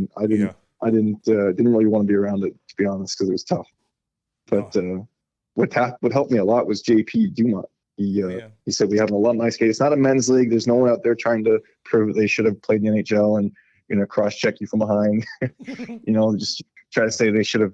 They would have made it if they didn't have their girlfriend in high school or didn't hurt their knee or something, right? Like what Andy says. Hey, there's nothing wrong with that, Cody. There's nothing wrong with that. I could have made it. Hey, you know what? But then in men's league, they come out and they try super hard against the guy that's played, and it's not something that you want to compete against. Cam, like you'd get in a million fights if you played in that type of league. He almost got in one. No, I didn't, Andy. No, I didn't.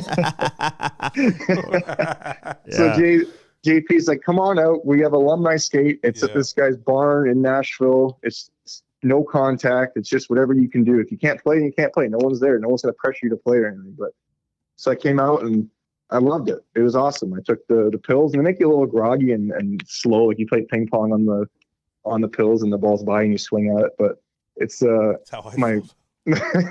at least you're around the guys. You're in an environment, and it's fun, and it's good for your soul more than anything, rather than like a little competition. Like Andy and I, honestly, we were hanging out all night, and all that's fun. But like being in the locker room, and it's corny, but I'm dead serious. Like that to me was the most fun. Just like a little bit of competitive edge, playing in those games. You know, having 100%. Fun, chirping each other, and then talking about it afterwards. I don't know. spilling coffee on Darcy Hordichuk. Yeah, poor Darcy Hordichuk. I spilled the hottest coffee. It's cool to meet the guys. All over his black leather jacket. At least you can still do that, Cody. Felt terrible. Oh, yeah. You know, yeah, exactly. I'm still a part of that. Still a part of the fraternity of the guys that all played. And when you go to these events, it's a lot of fun to see guys that were, you know, watching the games and celebrating along with you. It's just it's a different dynamic now, right? It's how we met, Cody, like 3-4 years ago, whatever that was. Hey, I got exactly. So 2 questions. So when you're out there skating, like, are you worried that somebody's going to bump into you or knock into you? Because, you know, like what could happen if, like, all of a sudden you took some type of physical contact? And give us an idea of what your day-to-day routine is like now. Like, what do you have to do to maintain your health? Yeah. Well, I can do pretty much anything except intense things. And if I do that, I make sure to have the dantrolene pills beside me all the time. So when we played that tournament, I have a little thing that's attached to my bag. Guys look at me and think I'm taking like hardcore drugs before the game, but all it doesn't allow the calcium to build up in my muscles so that I can't have those spasms. So I can't tear muscles. So that's the only thing I got to do is take these pills that they make you groggy and slow and that type of thing, but at least I'm able to function on the ice and I won't get hurt. Mm-hmm. So I feel like kind of like a wet noodle because I can't flex on them, but at least I can be out there. Yeah, be around the guys. Still going bar down. Now, if you see those mechanics are still good. The stuff that I worked on as a kid, like that actually I shoot probably better than when I played because I'm not so stiff anymore. Really? My body can function and work the way that my mind wants it to work. It's just slow and delayed. We drafted him, Andy, the first time around. He got snagged up. We should have drafted him. I tried to, but he got snagged up. Yeah. I had to go first, of course, Andy. You know that. Hey, so first overall. There it is. How are you like physically? Are you able to work out and do anything that's strenuous? I mean, I don't do intense workouts. Like I'll do Pilates. I like the Pilates reformer. I think that's actually, if I could have retrained, I would do that because it teaches a lot of the body connection. I know people, have a negative connotation with the little girly, but I think it's great. It's really good for hockey specifically, and it's really good for my back and my core and just keeping my body in somewhat shape. I'm not saying I'm a specimen like Cam right now. Like me? I'm Cam's 250. Dude. People are like worried about my health after what we just got did, by the way. They're sending a message. They're sending me like I worry about you. Okay, Dude. Then let me tell you about my health now, Cody. No, you're all right, man. Hey. No, I get that, dude. Hey, it's so funny though. The concoction of pills they gave you was muscle relaxers. Fucking Xanax, blood thinners. They give you fucking Xanax, then blood thinners, and you're taking all those at once. Fuck the painkillers. That's a that's Xanax scissor. is like the Xanax was like you're panicking because you're not playing good hockey, and I'm like, I'm panicking because my body is fucking freaking out on me. You were taking Xanax before games? Oh, just all the time. Like that was my prescription. Oh my god, dude, that fucking. And I was like, no. Now I'm just like okay with my heart having arrhythmias. I'm just like, I think something's going on here, guys. I'm not freaking out, but my heart's going crazy. Can you? Xanax would make you sleep for 3 days, Andy. Oh my god! Can you sleep for 3 days? Can you drink alcohol? Like, and I mean this in all seriousness. Like, recreational drugs. What kind of like impact could that have on you? Like, if you took like a THC gummy or something like that, or if you smoke a little weed, what would happen? Will that? So I'm a member of the foundation now called the RYR1 Foundation. And they talk about that. There's other people with similar myopathies, and we just try to figure out what works best for them and try to help as many people. And one of the things that they talk about is actually, the gummies and that type of thing that might help me. I've never gotten into it, and thankfully I never drank during my career because when I first went in, my liver and kidneys were so damaged they thought I was an alcoholic. They thought I was lying when I said I didn't drink. Really? They had to filter so much, so it was really overworked. What about crystal meth? Can you do that? So I doubt I can do any of the other recreational drugs, but no, I've heard from some of the other patients and people at these conferences that we go to that it might actually be helpful for me and my muscles, but I haven't tried it. Hey, do you know any other athletes that are going through a similar thing? No, but I get called all the time.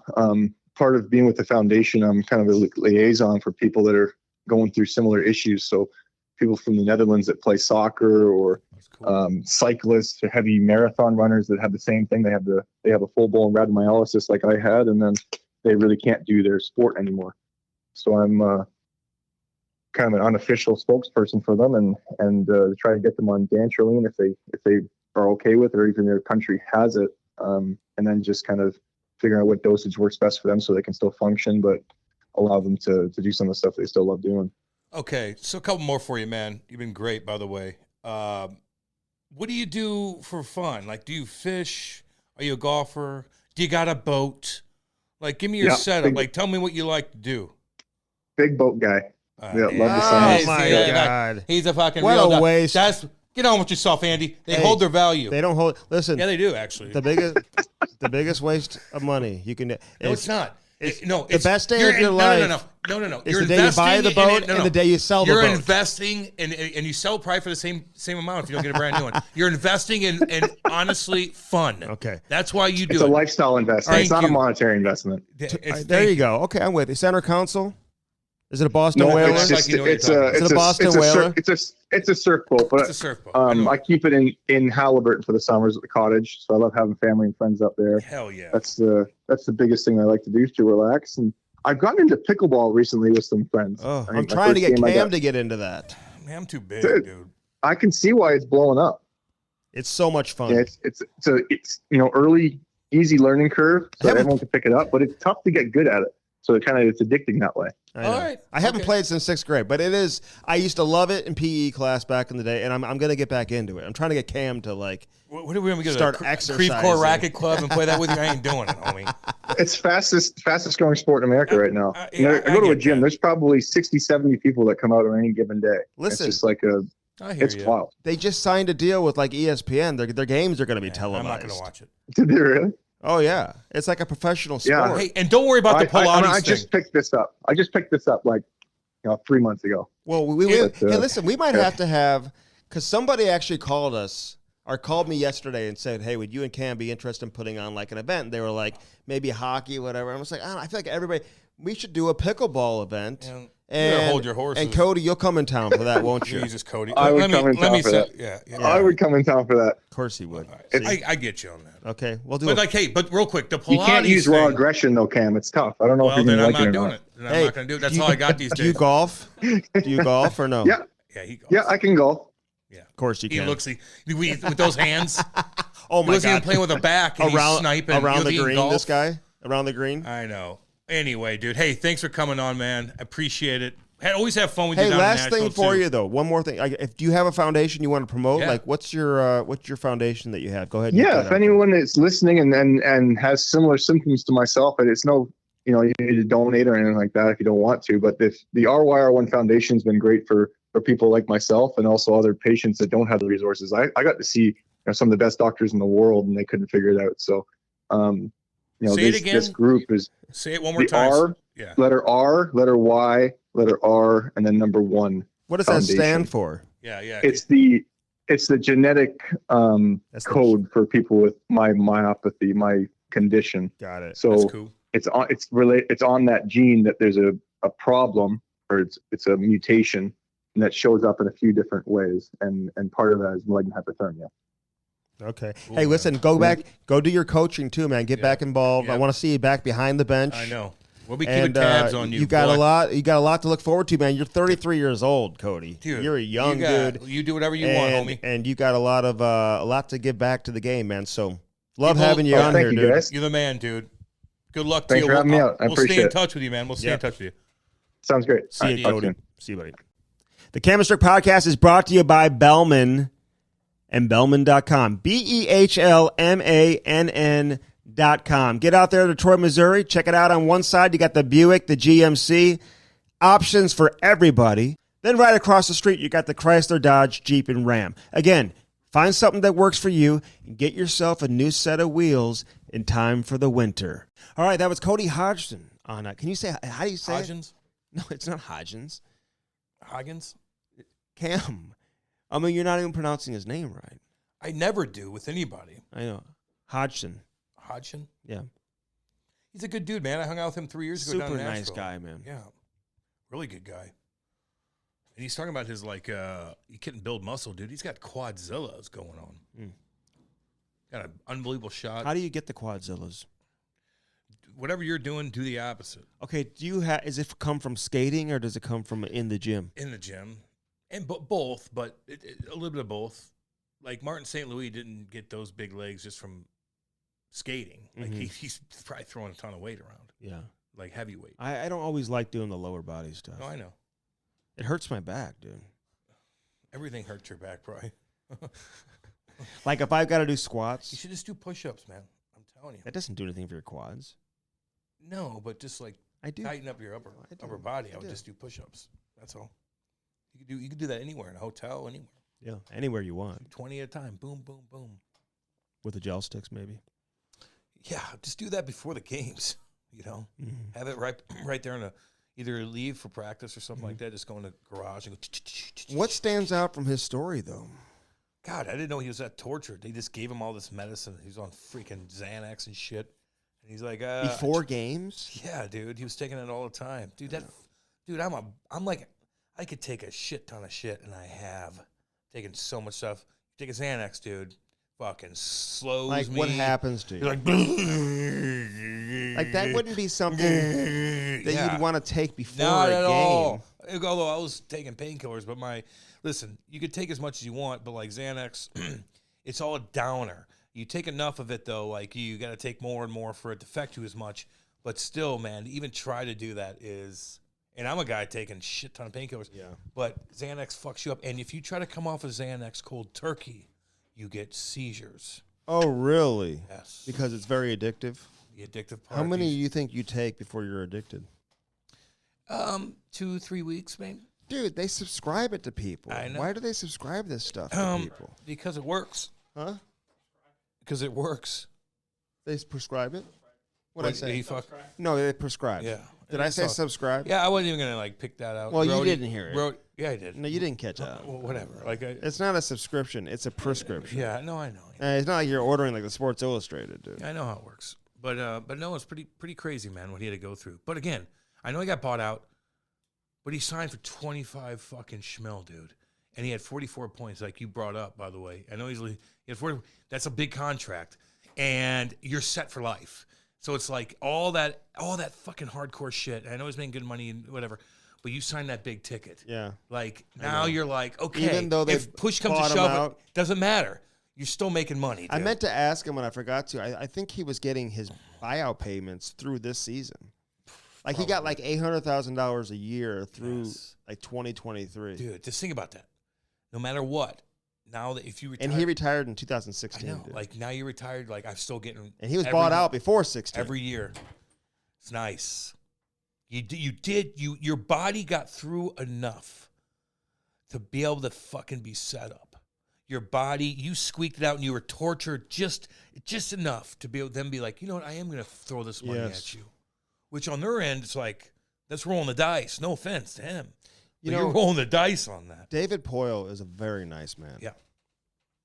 And we always knew that. I kind of feel bad because I think David got upset with me one time, something that I tweeted out last year about Philip Forsberg. Maybe the organization was looking to trade him. I don't know if he got upset or not. I mean, he never said anything to me, but I got a call from the PR guy. Remember the PR guy? Oh, yeah. So, I mean, but it's just, whatever. You hear things. And I know they did have some conversations, but they ended up re-signing him and whatnot. But David Poile is the only GM they've ever had there, Cam. They've never had another general manager in the history of that franchise. And now they're turning it over. They keep it within the family, which I like, Yeah. Barry Trotz is going to be the next guy. And but I think he cares about people. You can hear when you talk to different players, Cam, who have experiences with different varying organizations, and how one experience with one organization is different than an experience with a different organization. I know. Like Jesus. Like I'm a child. Like I know. Hey, like when he's in Vancouver in that organization, like he was treated a little bit differently than he was in Nashville in that organization. Yeah. No, I know. And the coaches too maybe have some role in that as well. But yeah, dude. Could you imagine, like, you're in pain? You can't turn. You can't twist your body. It does happen, though. And they're treating you. I know. They're misdiagnosing you, and then the coach calls you out. But there is a lot of kids. I've seen this firsthand with a lot of dudes that will just get the call up, and they know they're borderline. Not that I'm saying he did this by any means, but I can see where they're thinking, like, no, like, you're milk. We're going to send you down, but you're milking this thing. Get some money. I don't. Look, I'm not saying he's doing that by any means, but I've seen some guys that have done that with Lou. Oh, really? Fuck yeah. You're not going to get that past Lou. Dude, he's like, nuh-uh. Oh, yeah. I've seen that. Is that what he would say? Would he say, nuh-uh? I don't know what he said to him, but it's hard to, you know who the guys that are really hurting. Is Lou in the training room? He's everywhere sometimes.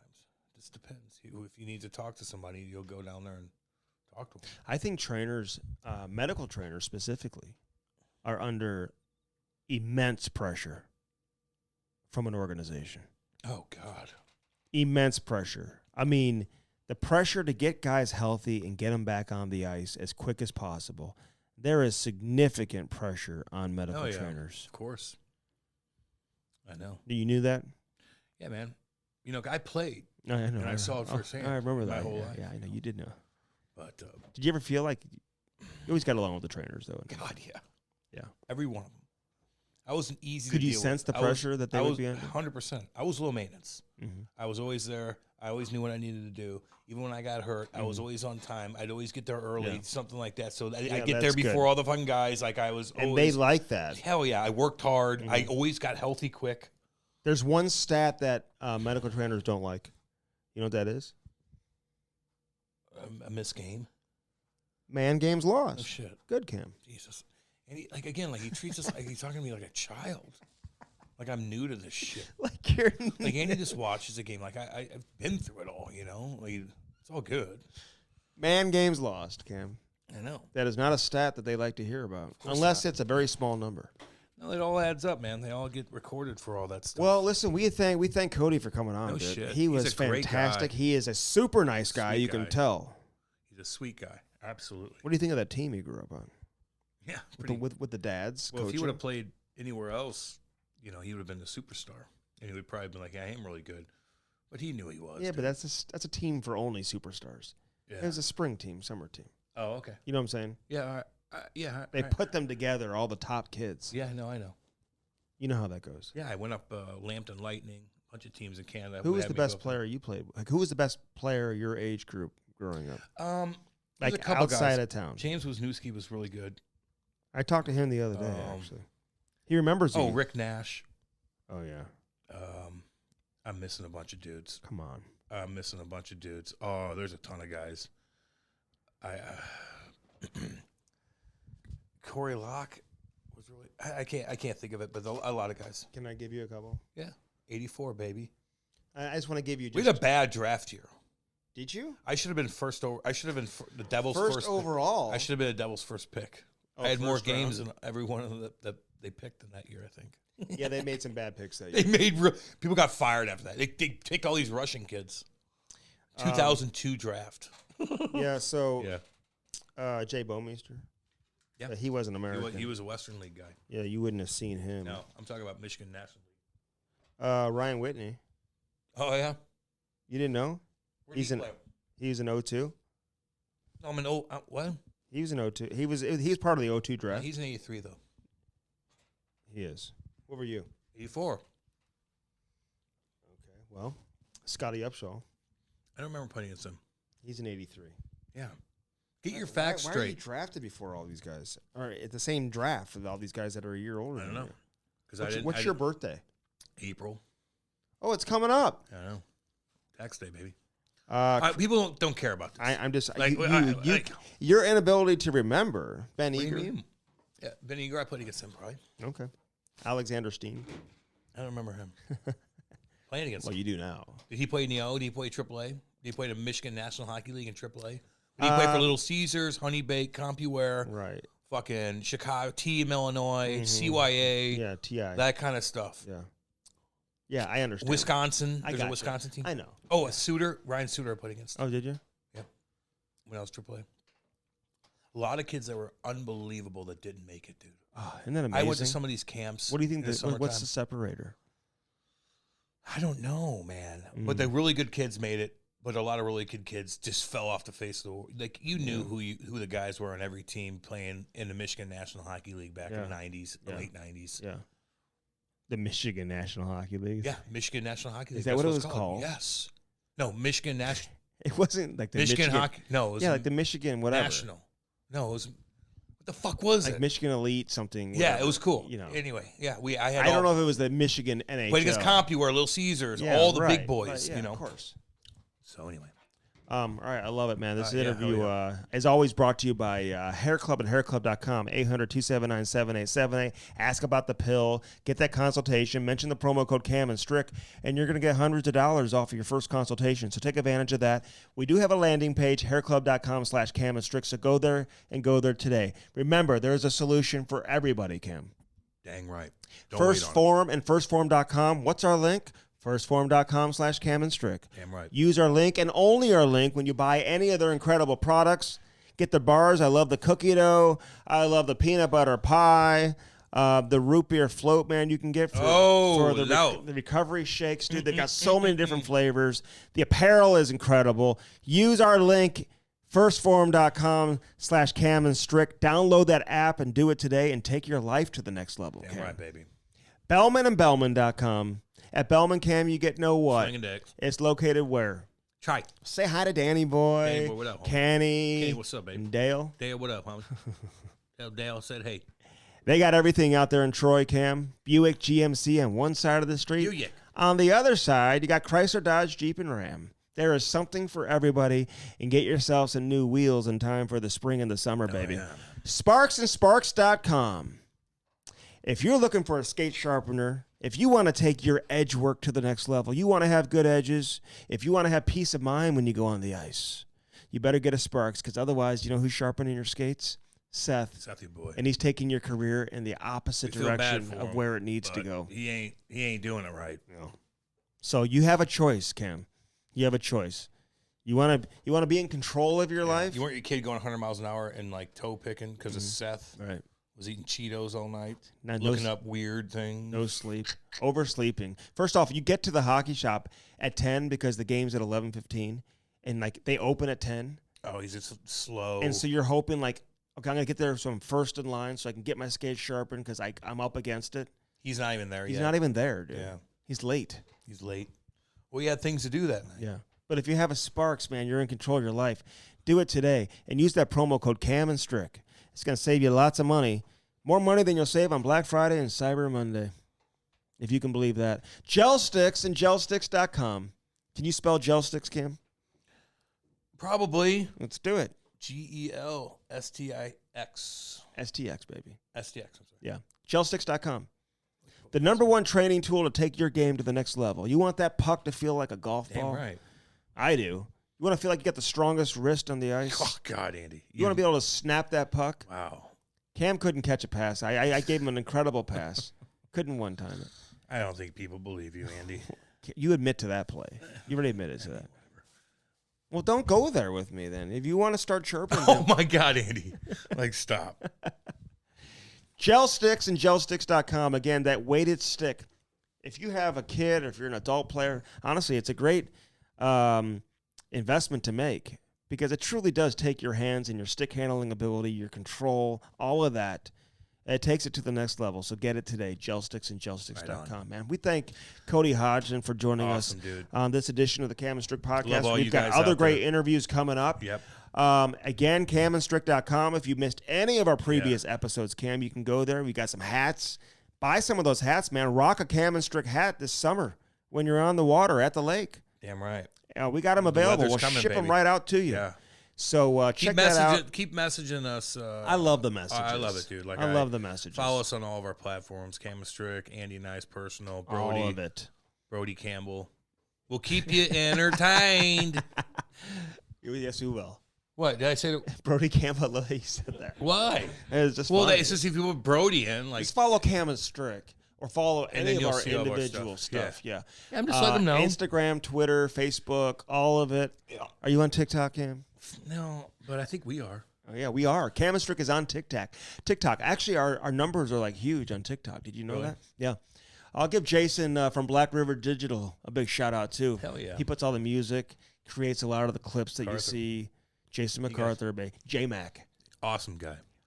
We got a team here, dude. It's not just us, man. It's a team of people to help put out these episodes each and every week on the Cam and Strick podcast. All right, homies. Love all you guys. I wear the C, though, on the, just so you know, captain of this shit. Love all y'all out there. All y'all out there. Yeah, we thank you. Say hi to Cody real quick before we let you go. Who? Cody Hodgson. Oh, Cody.